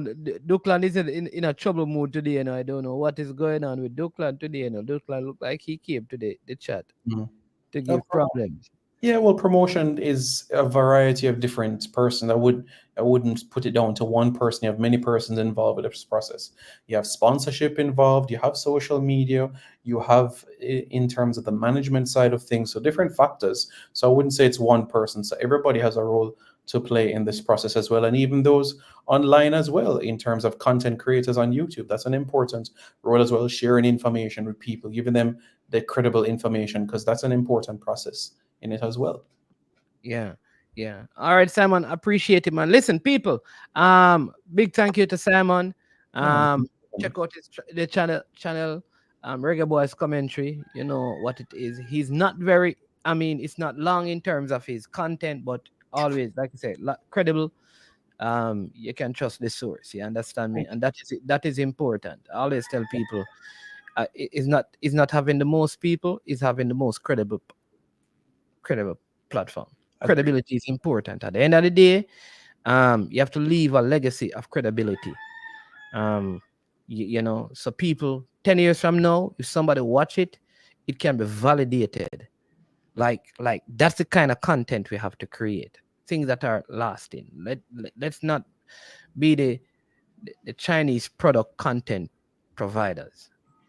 That you have to buy one today and it gets destroyed by the next one. Yeah. Yeah. Enough respect, man. Yeah, man. Bless up yourself. Take it easy. Yeah, man. All right. So people, we're going to continue with a couple of things. I like what Jason just said. Mannings, I've said it's cheaper to fly to Jamaica and watch match than to do it here in the States. So he's going to fly into Jamaica to watch that game. All right. So check that out. All right. Yeah, man. Yeah, man. Yeah, man. Yeah, man. Simon, did we notice the backdrop? Simon gets some of our musicians on board the marketing campaign. Big up yourself, Simon. I hear rooster at the background. Did we notice the CONCACAF backdrop at the press conference? Big up yourself, Shavan. Peart. Hey, man. Oh, you talk about means it easy, no, man. You know, say you're credible, man. You know, say your credibility up there, my boss. Me just say that generally, all of us, including me, at the end of the day, what we have to do is that 10 years from now, a man can go watch and listen to Rashid McDonald on coach's desk. Them thing there. You understand me? A man can listen to an interview and find and know that this is what we're discussing 10 years ago. And listen to your content and say, whoa, whoa, whoa, whoa, whoa. These things we're discussing, that is the kind of thing we need to have. You understand me? Yeah, man. I saw me see it still. Me wrong, you know. Big up yourself, Big up yourself, you know. Coach Benzi. Big up yourself. People. So I agree with you, Cranky, that the games need to start marketing from early to get the fans out there. You understand me? Early, early, early. All right. So let me give you a couple of things, right?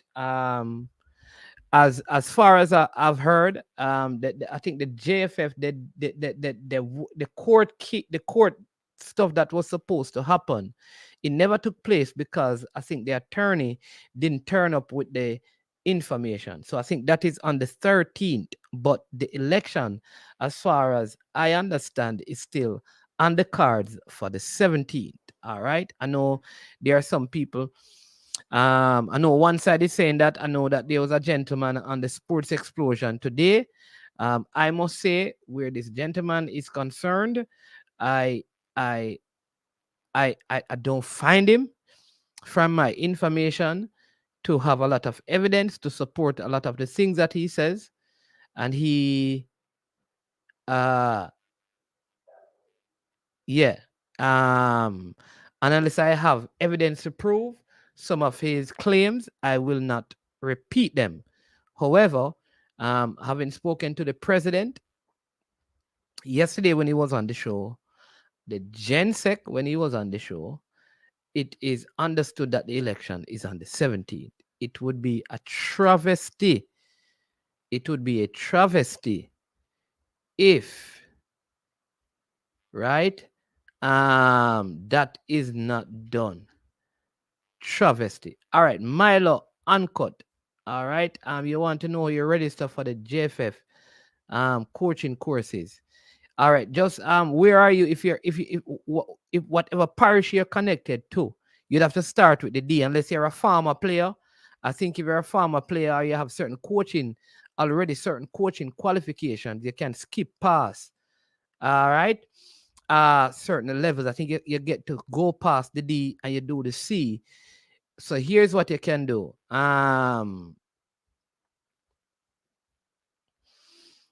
Call the parish association that you're connected to, and they should tell you when next, because it is done. I think a lot of these courses are done at the request of the different FAs or PAs or parish associations. So if you reach out to them, yeah. Yeah, if you're a former national player, not just, yeah, yes, Cranky, thanks for that, right? You can do that, right? So as far as we know, the elections are on the 17th. I think it would be a travesty that the elections get delayed again, because yeah, I think it would be a travesty.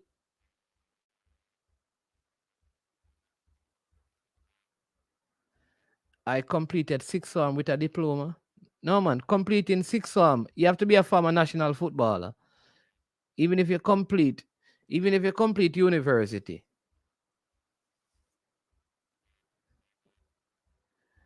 Yeah, yeah.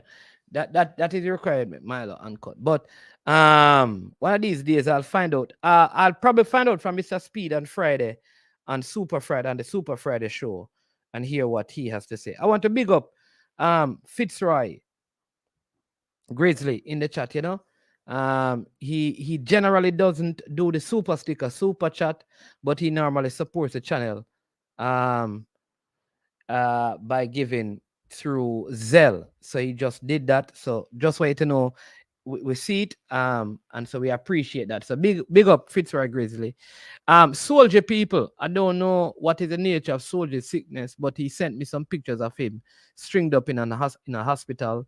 So we pray that he will come to good health, and recover, for whatever it is. I don't know, like I said, the nature of the ailment and thing. We have a call coming in. Welcome to I Am Sure Sports. Good afternoon. Good afternoon, my mentor. What's up? Ah, jeez, what a big position, brother. I don't know if I want to take that position, because you said that you're sending me and Cranky some meal or something like that. And next time you send me anything, send me some female, sir. I don't want no meal. What's going on? 50-50. Depress. Bless up. Listen, maybe you don't want to take up the role because maybe I'm not a good student of the game, you know? Still learning from you and everyone else. All right. Big up yourself. Cranky is listening, yes. So make sure you make sense, Big up Cranky, I know all is good. Hey, Mannings. Yes, sir. You know, so though, I'm really looking forward to this game against the USA, you know? Against the USA in the Nations League. And I feel like it's a big moment for the Reggae Boyz team to really get us to the final and finally win a major respectable trophy, you know? Because back in when we played the Gold Cup against Mexico a couple years ago, I was at that game, and I think it was our 3-1 loss. I was at that game. And I think Darren Mattacks and some of those guys were playing at that time, you know? And I remember saying to myself, why the man not bring on Mattacks? And I think when we brought on Mattacks, that was the only goal from the Jamaican team, you know? So I've always been supporting the national team from a very young age. And that's 2019? Like, no, man. Yeah, man, it must be 2019. No, in that 2019. When was Schaefer there? 2019? No, Schaefer team was what? The Schaefer team. The Schaefer team did Mattox played? Or wasn't it with Joby McAnuff when they went to the final with Joby McAnuff and Mariappa and Westmore? Which game we lose 3-1 in the final? It wasn't a 2019 Gold Cup before the pandemic, and the next one was in 2020 or 2015. Yes. Oh, it was 2015. Okay. Mexico. And then 2017 we played the US in the final. Remember, 2015. Yeah, 2015. Yeah, man, with Schaefer. Yeah. So I think Mattacks did come in on the game that time. So for that period, so I was young that time, like 15 or so. At one point I did lose love for the national team because, you know, like team will lose and whatever the case is, and my love they start to rebuild for the team. You know, they made it. So even in this moment in time, like I've been following them closely and a lot of the players, and I'm, you know, trying to get into the under 21 and know the players. You know, they made it because, you know, the under 20 players aren't like, a lot of them aren't like club players from professional leagues in a sense. You know, they made it. It's more like some of them come from Red Stripe Premier League, schoolboy football, and 1 and 2 come from different clubs. You know, they made it. But it's not like the USA where they might have under 20 will come from well-respectable clubs. You know what I'm saying? So, you know, I'm trying to support them as much as possible. So this game coming up against the USA is a very important game. And it's kind of just unfortunate that we have Demarai Gray out with a suspension and, you know, Pinnock get an injury.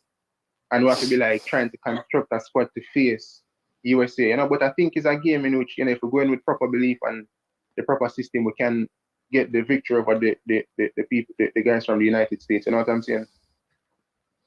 All right. So let me ask just a couple of questions to ask you. Like the way you're going to conversation. Who do you bring in to replace Demarai Gray? Well, I haven't really watched him enough. I've only seen a couple of minutes of him down by Ipswich. I mean, Omari Hutchinson. No. Oh, they're trying to find out if you're going to. They're also trying to find out if you're going to the game in Dallas. No, man, I'm deferred to Dallas. Oh, hey, man, if man I leave from Jamaica, go how far you could have from Dallas? No, listen, man, I had plans to go to New York to visit family in April, so it's like the finances kind of strain at them. Okay. Yeah, so, but what, a bus, someone a drive from there, you know? From New York, you know? Got a game, you know? Some people. Some Reggae Boyz fans are going to be driving, and everybody contribute towards the bus.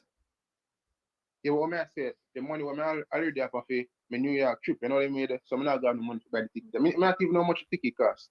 So I can't go a game without a ticket. But there are people who have cranky or same have ticket that him can give you, man. I never know that. Not playing ticket, you know.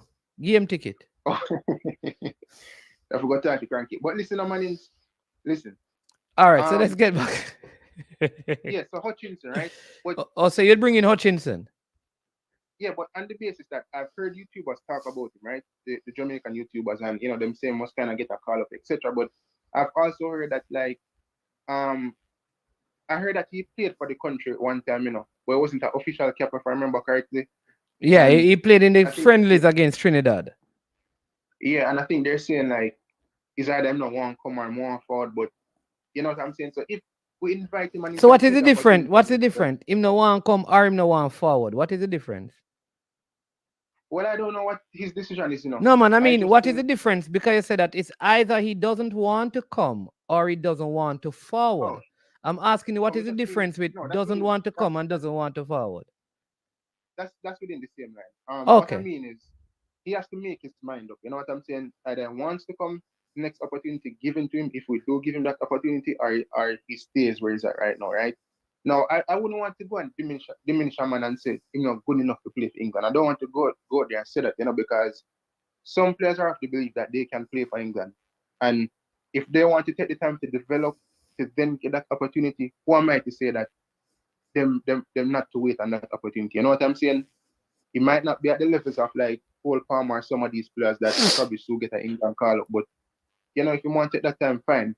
However, I think for a lot of those players in England that can represent the country, I think a lot of them who have the opportunity that can do it, I think they should do it because it is a platform for them to excel and put themselves out there even further and accomplish something with a country rather than waiting on England till they reach 28, 29, 30, where you get a little 1 cap or 2 cap, and that's the basis of your international career. Probably looking back when you're trying to say, boy, Mushif they go represent Jamaica. You know them way the Mushif they go to Copa America with them army. Mushif they help them qualify for the World Cup and go to the World Cup. You know what I'm saying? Yeah. So Omar Hutchinson would have been my option. Okay. On that left hand side. So you want to call Cephas?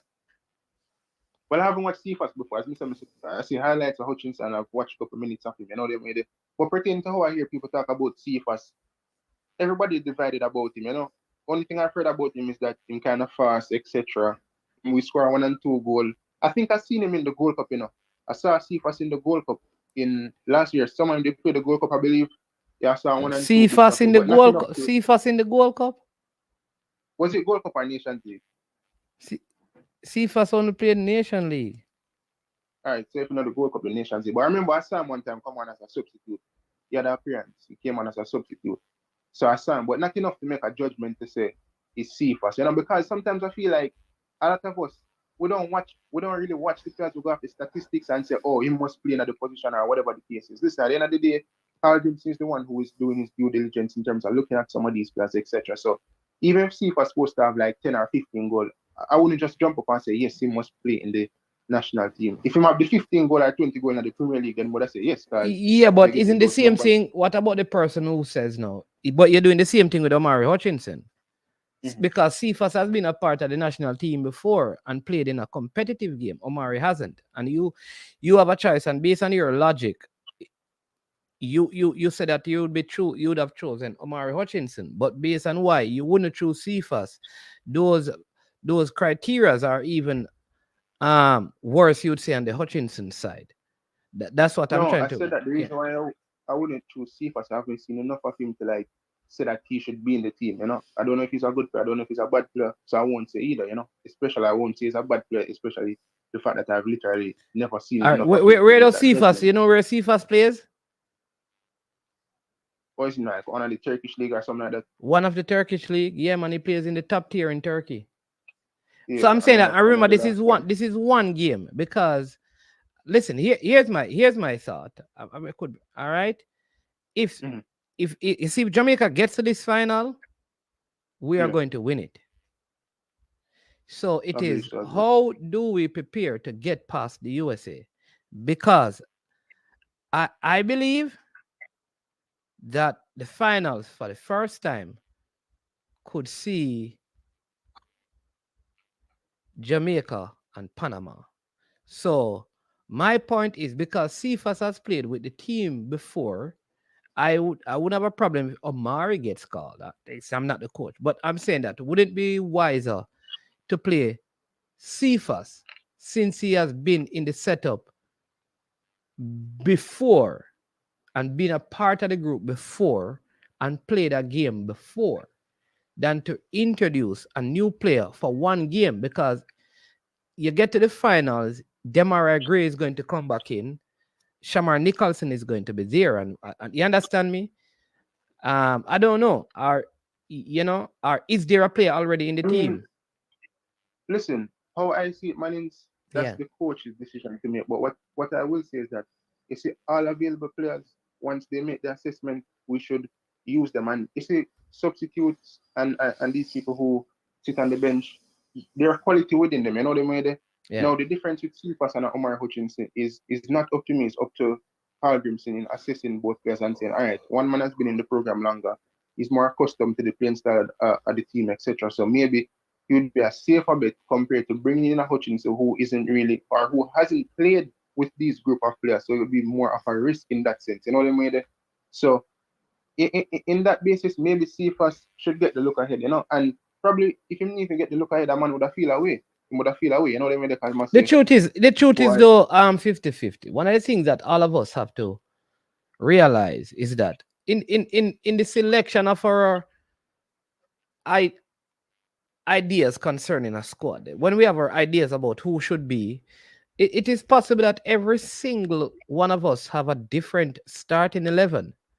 But at the end of the day, we must realize that it is okay for us to differ. It is the coach, however, who has the ultimate say on the team. And so when we discuss these things, you're not wrong for having your opinion on who should be there. And I am not wrong, and the next person is not wrong, because it is just our opinion. So if you believe that Omari Hutchinson, then that's fine. What you and I or others can argue is, what do you use to determine that? And if you're using these 5 things to determine that, but then the 5 things they are using to determine him playing are different from the 5 things they are using for a next person playing the same position, then it seems like it doesn't make sense.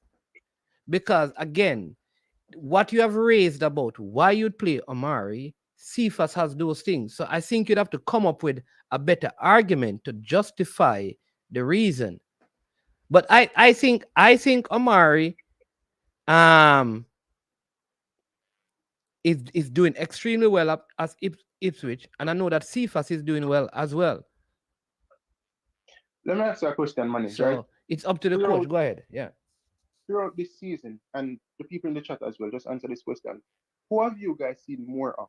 Cephas or Hutchinson? When I say you guys, when I say you guys, are you asking me Everyone, that question? I can't speak for I can't speak for everyone. No. Oh, you're asking the people. Oh, you're asking the people in the chat. Go ahead. The guys in the chat can answer the question as well. Yeah. As well as you. I said that before. So, have you seen more of Hutchinson this season compared to Cephas? No, not for me. I think I've seen both of them. Like, I watch a lot of football. I think I probably have watched 6 games with Cephas and 6 games with Omari. And what is your conclusion pertaining to the both players? Who do you think? You know what? As a winger against the USA, I personally think that Cephas would offer a kind of blinding speed that would trouble those wing backs of the US, especially because they play high up the pitch, and he could catch them on the counter. But I think though, with the form that Leon Bailey is in, I would go with that, like a Devante Cole and a Mikel Antonio, with a Leon Bailey somewhere in the mix, because I think the form that Leon Bailey is in, I feel like he would offer a lot of assists to those two players right in the middle. That's my thought. But I'm just an armchair coach. But that's how I see it. But I feel like Devante Cole with his goal scoring records this season, like if you can pair him somehow, there's a way for him to play alongside Antonio and Bailey for that game.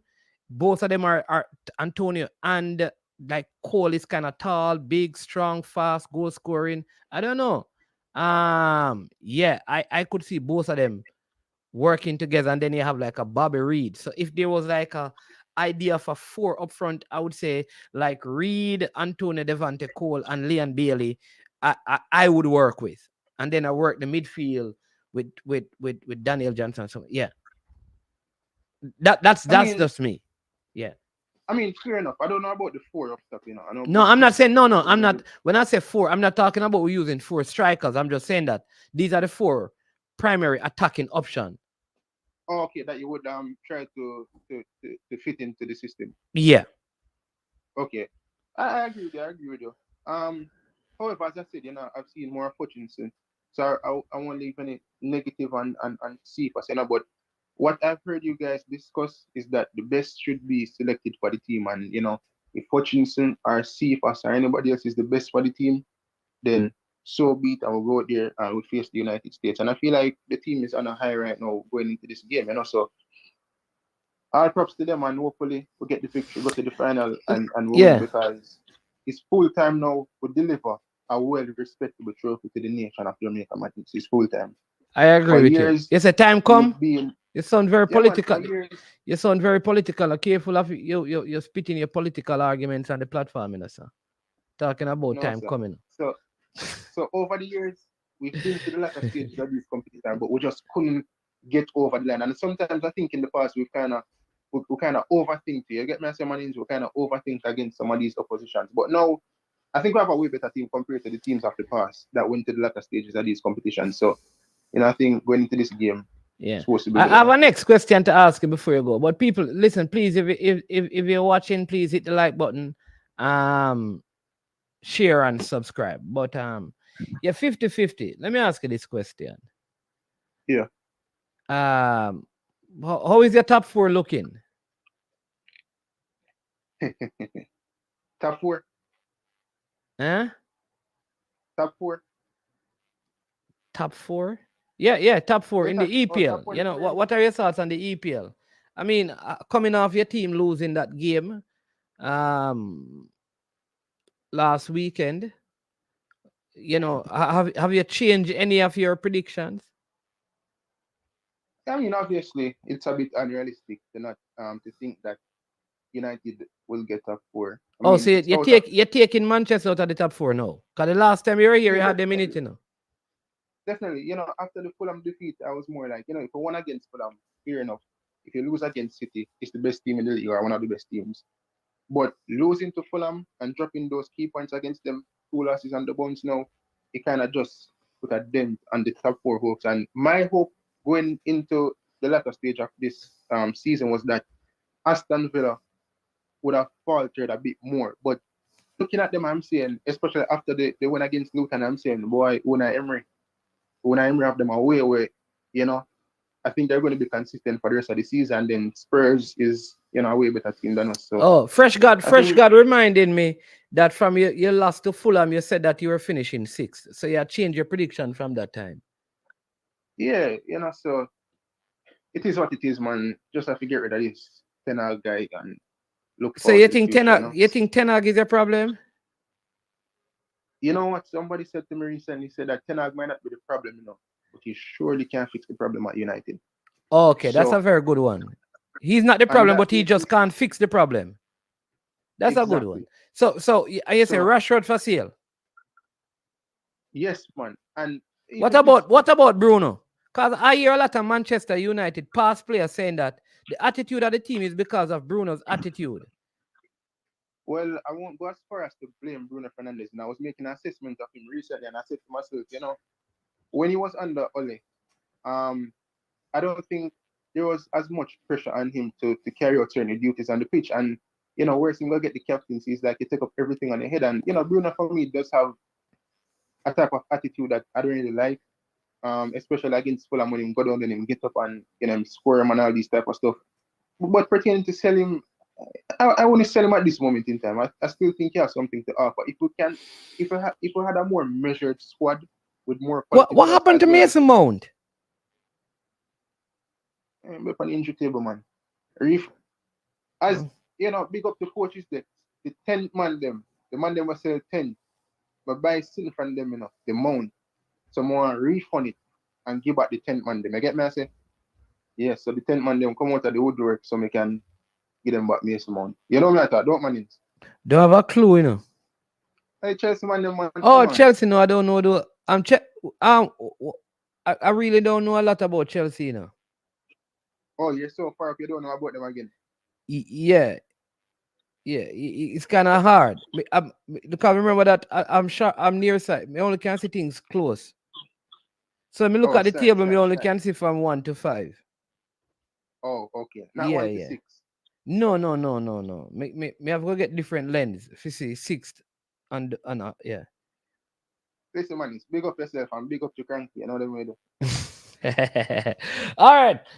Look like you took your medication now, because you sound well today, so big up yourself, I think Mr. United prescribed them enough. Yes. Mr. United, make sure the man stay on his meds. Yeah, sir. All right, big up. Yeah, man, all right, bless up. All right. Yeah, man. Big up John Powell. Yeah, man. Yeah. So people, this EPL is interesting, right? If Arsenal can beat Brentford on Saturday, that would be good because it means either City or Liverpool will drop points, and then we will have a 3 weeks break before we come back and play our next game. And I think it would be nice because once we win, if it's a drawn result, Arsenal go top of the table. I don't know, maybe it's more pressuring. But we're watching to see, like, City big side, Liverpool big side, Arsenal is the 3rd place side. So we're just easy satisfied that people see us that way. Yeah. Yes, when Arsenal beat Brentford Saturday.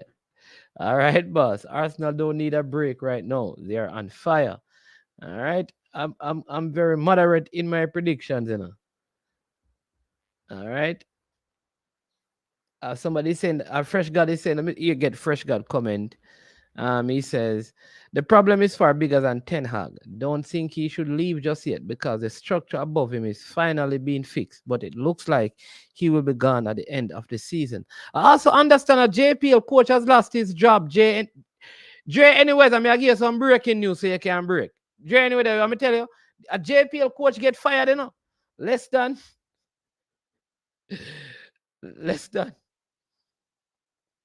The coach get fired. Dre Anyweather, you want all right, Dre Anyweather, if you link me give you some news to break.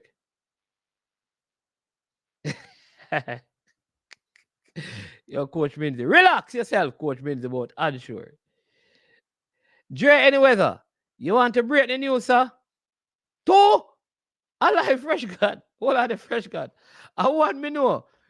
What you say? 1 from the east, and 1 from what you call it? What is it? The South Central. 2. Yes, a Fresh God. 1 from the east gone. Dre pull the plug.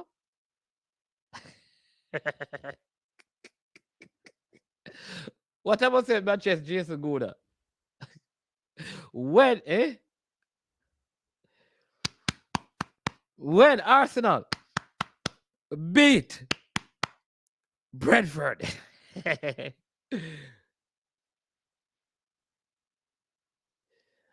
Well, we shall go to the east because the mission out of view, it never complete All me know. And the keeper do it.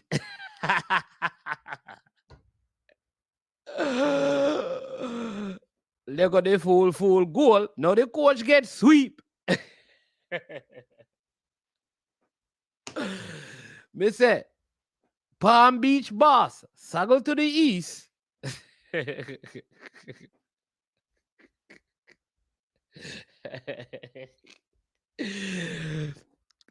Cause him said the mission with the coach, it never complete.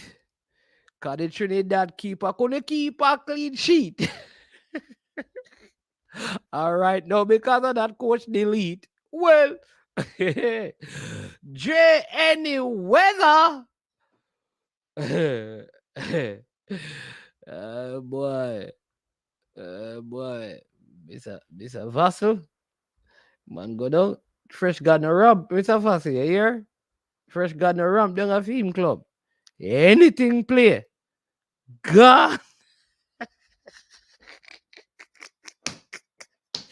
Hey. Hey. Hey. Sir Reynolds. Fresh got no play with him Lions. Effortville? Where is the effort? Yo. Hey, JPL are serious. You think Tenor could have coached in a JPL with them a farm, yeah? You really think? Say Tenor could have one Jamaican team with them a farm at Manchester United. He get fired a long time. Them a management here, no ramp.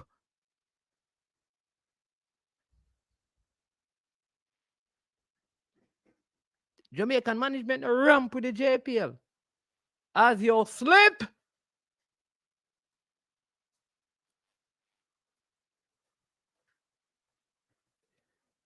you slide. But on the JPL thing, listen, I watched the Dumby Hole. I've been watching Dumby Hole and since Lenny had kind of finished the schoolboy football and putting his mark and his stamp on the Dumby Hole team. I will say this. I love Cavaliers, Mount Pleasant, Arnett, Tivoli, lot of the teams. But I will say this right now. In terms of possessing the ball, Dumby Holden is top class. I have to big them up on that. Top class. And listen, I never put it in my description or thumbnail. Right? Anything. But I want to do this. I think, this is my opinion, people. My opinion. I think Lenny Hyde should be given the opportunity to work with the under 17. He doesn't have to be the head coach, That's not what I'm saying. But I think whatever that coaching setup is, him deserve it, people. Having done what he did in schoolboy football for so many years. And if anybody know Lenny, I tell him, say, Mannings said that. I'm telling you, when I look at how this Dumby Holden team now is playing the ball, it reminds me of Clarendon College at their best. And I'm saying that it took some time for him to get them to do this, but the fact that it is being done,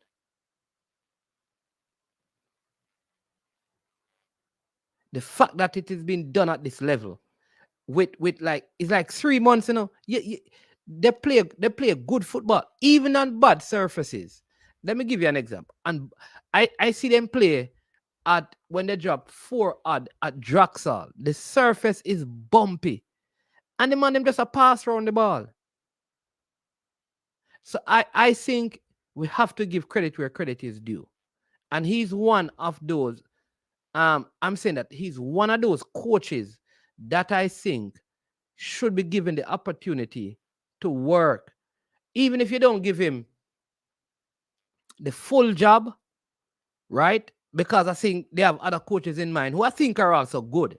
I think he could serve as an assistant, even if it's a second assistant. But I think he needs to be given the opportunity.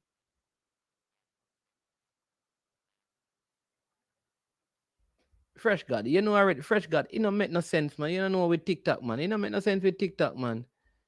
You got me go take on TikTok now, you now go done, Fresh God. You know that, Fresh God, you know that already, anything TikTok say.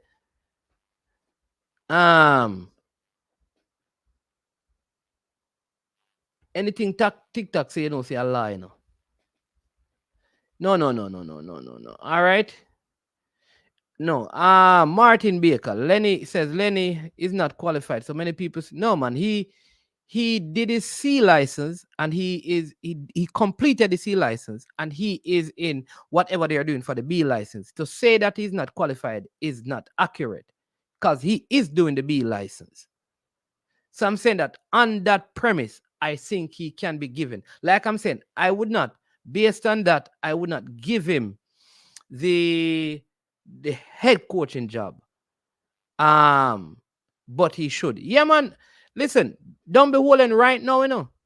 We're struggling when Hyde was not there. And they're probably going to make the playoffs. And I can tell you this, that a lot of coaches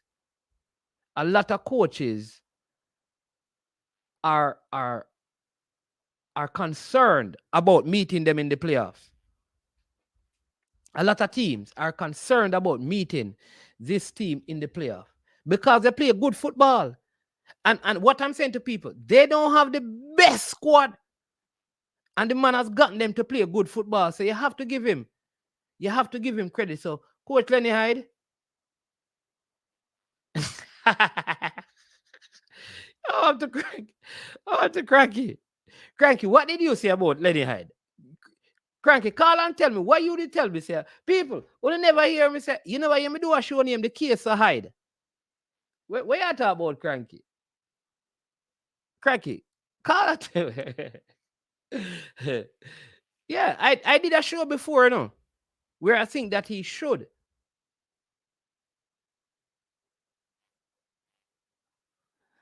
No, every time we talk about Lenny Hyde, people are telling me, say, Sammy are the coach. I know Sammy are the coach, man.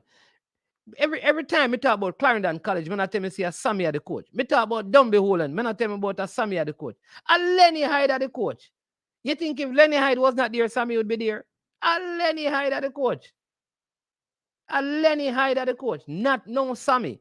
Big up Sammy. And Lenny Hyde are the coach, though.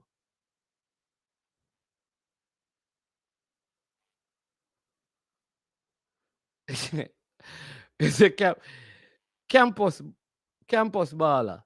What you say? It would be, well, I think 10. No, I think they should give Ten Hag a 4-year deal. I think so.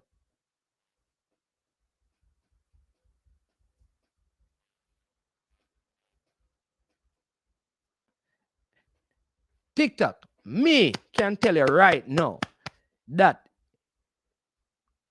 the persons that they have to coach the senior team, the under 17 team, the persons that they're talking to, Lenny Hyde will work with them people there because them have dialogue. So you, TikTok, you can't tell me, no, you know, TikTok, you don't know nothing about it. You don't know nothing. TikTok, stop talking, you don't know. You just talk about people. You don't know nothing, TikTok. Where this is concerned, TikTok, you don't know nothing. Me tell you that. Where this is concerned, ease yourself because you don't know nothing. You just a talk where you know, speculate. But anybody think Lenny would agree to be a secondary coach to a U team? You don't know the egos of our dream. You want me to call Lenny right now and embarrass your TikTok? Withdraw your statement and stop talking nonsense. You know that me and Tigat, me and Bongo, I'm a general, man. But right now, still, honestly, I would put Lenny Hyde ahead of Tigat. Lenny, listen, people, you tell me, Lenny Hyde win Premier League, you know, man. More than one time, you know, with more than one team, you know, man. Come on, people, man. No ramp with the man, you know, man. No ramp with the man. And his team normally play this passing game.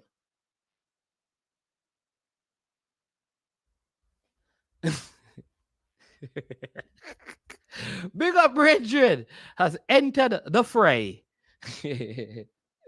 Yeah, but right now, Lenny Hyde has spit some ball out there with him team. I want them we can get Lenny Hyde.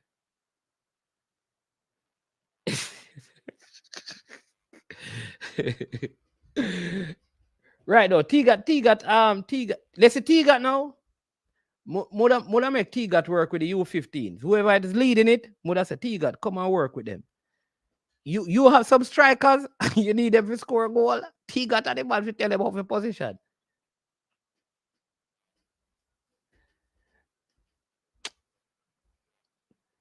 Some of the time them man, hold on the people. Some of the time you see some of them man, you know. Some of them come on the program them and them say all kind of things about people. I want them can get Coach Lenny. I want them can let me see if I can. Hold on the people, come me have to talk to him first.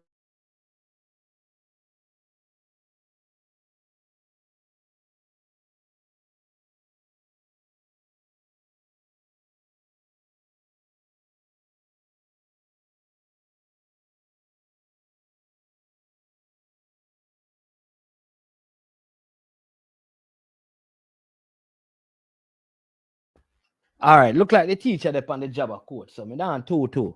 Yeah, man. But me I tell you right now, people, me and the teacher talk before, man. The teacher, many coaches right now, them man, if them get a job for work with coaches, they will. No make TikTok telling them nothing.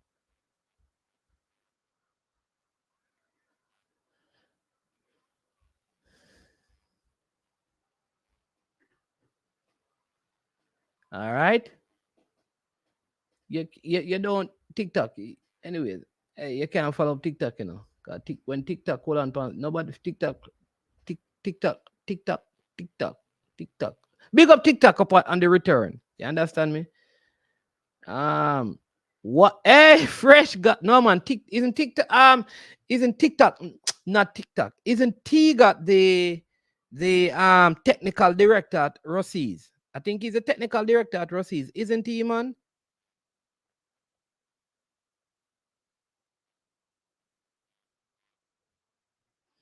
So TikTok, you're not, but TikTok, your opinion is not all that matters.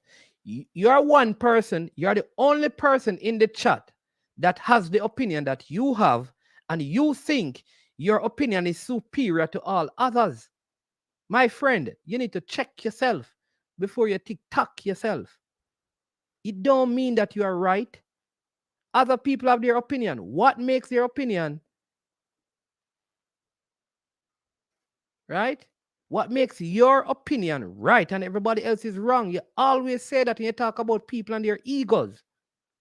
Don't you think there's an ego issue with you if every time you enter the chat under whatever name you use, the only person that is right every single time on every single thing is you, and everybody else is wrong about everything else they say except for you? You don't think that that is ego? So if you have ego, it's okay for other people to have it.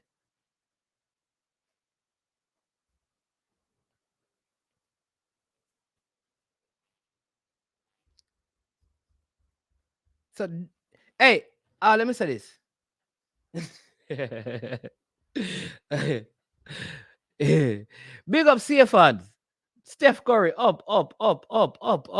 Bridget, I think my opinion is superior when it turns out to be correct. Most would agree. Give me an opinion, Bridget, that you have held and it has proven to be right. What? The greatness of Sha'Carri Richardson? Yes, Bridget, they got that right. Or should we say Christopher Ainsworth? And Bridget, which one? Which one? Talk to me. All right. All right, people, we have like 12 minutes to go before the show ends. So if you want to call in and give your opinion, you can do so. You understand me? Before the show closes. Oh. Oh, geez, and peace. TikTok. Me not upset, brother. Upset. TikTok. I really got upset on YouTube, you know. Me not get upset about different opinion. Nah, man, TikTok, man. TikTok. You take life too serious, man. Lighten up, my brother. Lighten up. Why are you so serious? I'm not upset, TikTok. I'm not upset, man. So let me be my soft-spoken self. Because if I agitate a little, you're gonna think I'm upset. I'm cool, TikTok, man. I'm still in mourning on TikTok. I have a funeral tomorrow, man. I'm not upset, man. Big up yourself, TikTok, man. But TikTok, I'd like you to call in on TikTok. TikTok, call in. TikTok, call in. Call in and have a conversation. Oh, this is not TikTok. This could be an explosion. Welcome to the show, Gunner's Boss. TikTok. Bless up yourself. Bless up on yourself, the people in the chat and the big bad horse. We are tell people say him not upset. TikTok not make him fool the only time him not upset is when we say him upset. And he might try to sugarcoat it, say him not upset.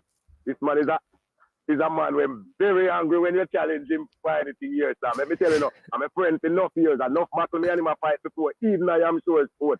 Him not go agree with me, but him only upset when we catch him. When we catch him lacking, he said, no, I wasn't lacking. Give me a chair. Hey, people, I'm glad that is, I'm glad what I'm saying now. A lot of buckle, not battles. You understand me? A buckle, you matter about a drinking thing. Enough buckle me fling off of you, man. Man, enough buckle me fling off of you. Enough buckle off of me too. Years we are doing this. Yeah. Duckland says, hold on there. Duckland says this is not TikTok. This is. Tell Brandon, tell Duckland. Duckland, sit down a little bit. You have to late. I know your time. Me catch you back. Let me talk to Brandon. Brandon, hear my thing now. I make a prediction what my opinion becomes a fact, and I'm looking very good all over social media.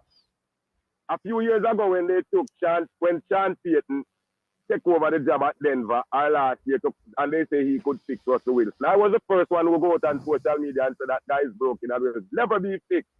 See there, him run away, but one thing in there, run away with all that. How much? $80 million for 2 years, and he don't have to play for them again.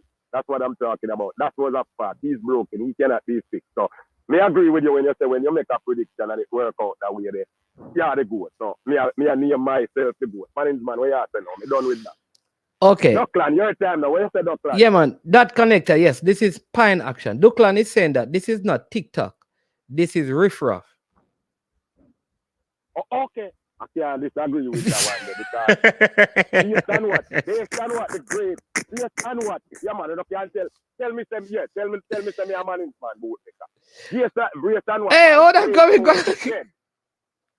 All right. No, they would have to tell the people them before they say it, brother. So make we just, yes, the Mannings, man, the greatest thing you can do in life, you know, is tell someone, I am a POS before they telling you. That means they cannot say nothing and say they are winning. Say they discover you. Nobody can discover me. No, oh jeez. Hold on. You see, no, TikTok. TikTok. The man is not saying, you see, no, TikTok. What Duckland is saying is that the person who called the phone, it is not TikTok who called. It is Riff Ruff who called. So he's calling Gunner's boss, Riff Ruff. And now you are saying that me I give the novices reason for call you Riff Ruff. You see now TikTok. And you the man I call Riff Ruff and Gunner's boss I call Riff Ruff. All right, go ahead, go ahead. Duckland knows that him not scoring up fight better because from 2014, 2015, and 2016, me and him a fight for social media. I'm the first man black me for social media. I mean, I feel like if me did worst part, him live out at same time before migrate me, I go look him and fight him. When him black me to make meme because he never know nothing about social media. I never know say social media make memes for you to use and clown people. You know, so you don't clown him with what I mean. The man using power because we tell you stuff with Duckland them. And some people, them never have the authority to control anything, you know. So you have to be careful, you know, you give them a little managerial job over here. So you call it supervisor job, you know, with the fan upon them, and you know, because them use them things and it get to them head. Yeah, man, me have the authority to control something now. Just when me make all that comment and fresh got them and Mr. Man United them delete it, man, it's the best thing them never do in life because them feel very important doing those things. And that me I tell you, that it happened to the Duckland with me. But Mr. United and Fresh God, Mr. United and Fresh God don't delete comments with the Gunners boss. I don't know what. I drop all me try to delete and put some people time on time out. So I me have a spanner, me use it more time. So I'm talking we the team. I'm talking about all of us, the mechanic with this spanner. We all been have this thing where we ego gets to the better with sometimes. Only things I mean more to control it. Brain Drain says playing quarterback. Thanks for the super chat, Brain Drain. And then he said playing quarterback was never for short people. Russell Wilson's sharp decline was inevitable. No, Brain Drain, is Russell Wilson the shortest quarterback to ever played? Him can't answer your gunners, boss. I don't remember. Him have a type in the comment, man, with another super chat. Pick up yourself every time, you know, every time. And that's one thing with Brain Drain. Him not ask question and answer without super chat because Brain Drain is smart, a very smart brain. He get the show. All you people who type in, like all TikTok, you know. You know what about 45 minutes on the show and you take out 15 out to address TikTok. No, them man if you just comment all when they put it in a triple capital. It's supposed to not be seen because them not support the show. Them not drop no super chat. So the comment don't really mean nothing, you know. Sometimes, you know, because you want to not do again neither. You see, after the show done, when you're done with the show, you know, say, the algorithm continue when you go into the comment section after the show is finished and go make a drop some comment like Mannings man you know say that me do and coaches there so they don't say that me do because I know how the algorithm done. These people I use them Mannings man as the show done then go back and visit it and do nothing for the show no more. And me I say so and you no agree with nothing when me I say. And me I talk because you know the algorithm. But if you go back over them and you think of something now, like me don't talk you know, and you think about something later on. You go back over, I'm sure sports, you go drop a comment in that comment section and that show. Mannings man I go see it, you know, but him not too active over there neither because him no respond to nothing like nothing after the show done neither. Like how coaches this them and some other people do. Me never leave a comment after the show over prophecy and privacy no respond to me. Mannings man, you're not being active. You neither I tell you need a second. You need what is prophecy? Me talk about our youth from over foreign man. From over Europe there, Sports Prophecy TV. Football Prophecy, you know. Yeah, man, you have to go back in the comment section. You have to go back in the thing after done, man. Because after that done, you know, these comments, you know, what we do now, you know, them don't have nothing to do with later, you know. These gone with the show, you know. But there's a comment section afterwards where we go and leave comments all the time. Next 20 years from now, you can go into that comment section and still leave a comment if there was something you missed here and cannot go over there. I'm not talking no sport today. I'm teaching the people in the comments and our supporters how to support the show and keep the show going. And when I say our, I put myself as a part of this community, not a part of the channel or ownership of the channel, because we are one and we are trying to build this product to be something. Today is a day when they are telling us, Mannings man is not doing this for the fun of it. He started out for the fun of it, but it's becoming a business. And you have to do more than just commenting and doing the one like and the one share to continue the business to grow. So, make we help him grow the business now. Please, do everything one can do before, during and after the show to keep the algorithm going. May I beg you, please and thanks. Help my friend, be great in this media space here. At the new media, and this I do it now. 2 more years from now, we can't even turn on radio station and TV and get nothing. You know, see, everything I got to streaming. A couple of years ago, me tell you the same, no, you're soon going to have to pay. Whether you're going to do it and think of you or go behind the paywall and places like here, this is what you're going to have to do to watch the World Cup final, the 100 meter at the Olympics, and all these other great NBA and Super Bowls. On the last few weeks and months and years are getting it for free. Mannings man, let me touch one little sports there. Do you like how the women's sport is taking over, especially women basketball? It's gathering more viewership than regular NBA basketball game now. I'm talking about specifically the NCAA with Caitlin Clark and Angel Reese. It is becoming a great thing, and I'm loving it because a lot of us are men say we support women, but we love women, but we never support them. Y'all need to go out and support these females in whatever they do in the sports or whatever they do. So and stopping. Oh, that's my homeboy. I'm gonna support my homeboy. I ain't got no homeboy if I stop you supporting my home girl. Yes, Mannings man, you can tell me let me run along now because as me say, it catch the show late and as regular I like to put my voice on these things and teach the people them something and you know. So do you go out and watch the WNBA? I watch it every time. I've been watching the WNBA and college basketball and college women's college basketball. No, man. Here's what I'm asking you. I'm saying that you're saying the people should go out. I'm asking you if you go out, not watch it on TV, but do you go? Are you weren't talking about? Did I say go out? Yeah, you said. I don't mean to. You have to. I can't tell the people in Jamaica to go to the game and watch the game. Go out and watch the game. So you don't get technical. No. You know what I mean? No. I said, jeez and peace. Me just want that's the action word, man. Is support. Support women's sport in whichever way you can. Okay, that's what I meant. Yeah. All right. I'm quiet. TikTok said that he's going to he says that me I go start a channel reacting to Jamaica football vloggers. So he said that he's going to start a channel and he's going to react to Jamaica football vloggers. He's asking if you would support him. Or if you'd help him. You mean critical then that's all. Then if TikTok open have a channel now, I see. You go over there, go do what I have to do. The same way like I've been here. You know, say, me never know me and Mannings man been fighting on radio shows over the years, and I never know say Mannings man have a channel. He have a channel before I know. When I know, I Southie, my friend Southie call me. One day me and him have a reason, and him say, Mannings man, where you Mannings man? Where you animal war so far? I said, no man, Mannings man, I'm a virgin man. I just how we do man. You don't know what your radio wars, man. It's called phone of you. So when me tell Southie, him say, you know, Mannings man have one channel, you know, such and such. I am sure sports. So look on it from YouTube. And from him tell me that, and I go over there. I never leave this channel. Mannings man is good, but he never call me and tell me, say, yo, me start out a channel and me have a channel, support it. So, and when I know, him can tell you. I call him and I ask him, you know, you run sports channel, you know, I'm a guru, you know, call me and tell me. You know, you're the guru? I'm the smart. Me the sports idiot, you know, so me correct the thing, man. I'm the clown, man. But you have to have a clown in every circle.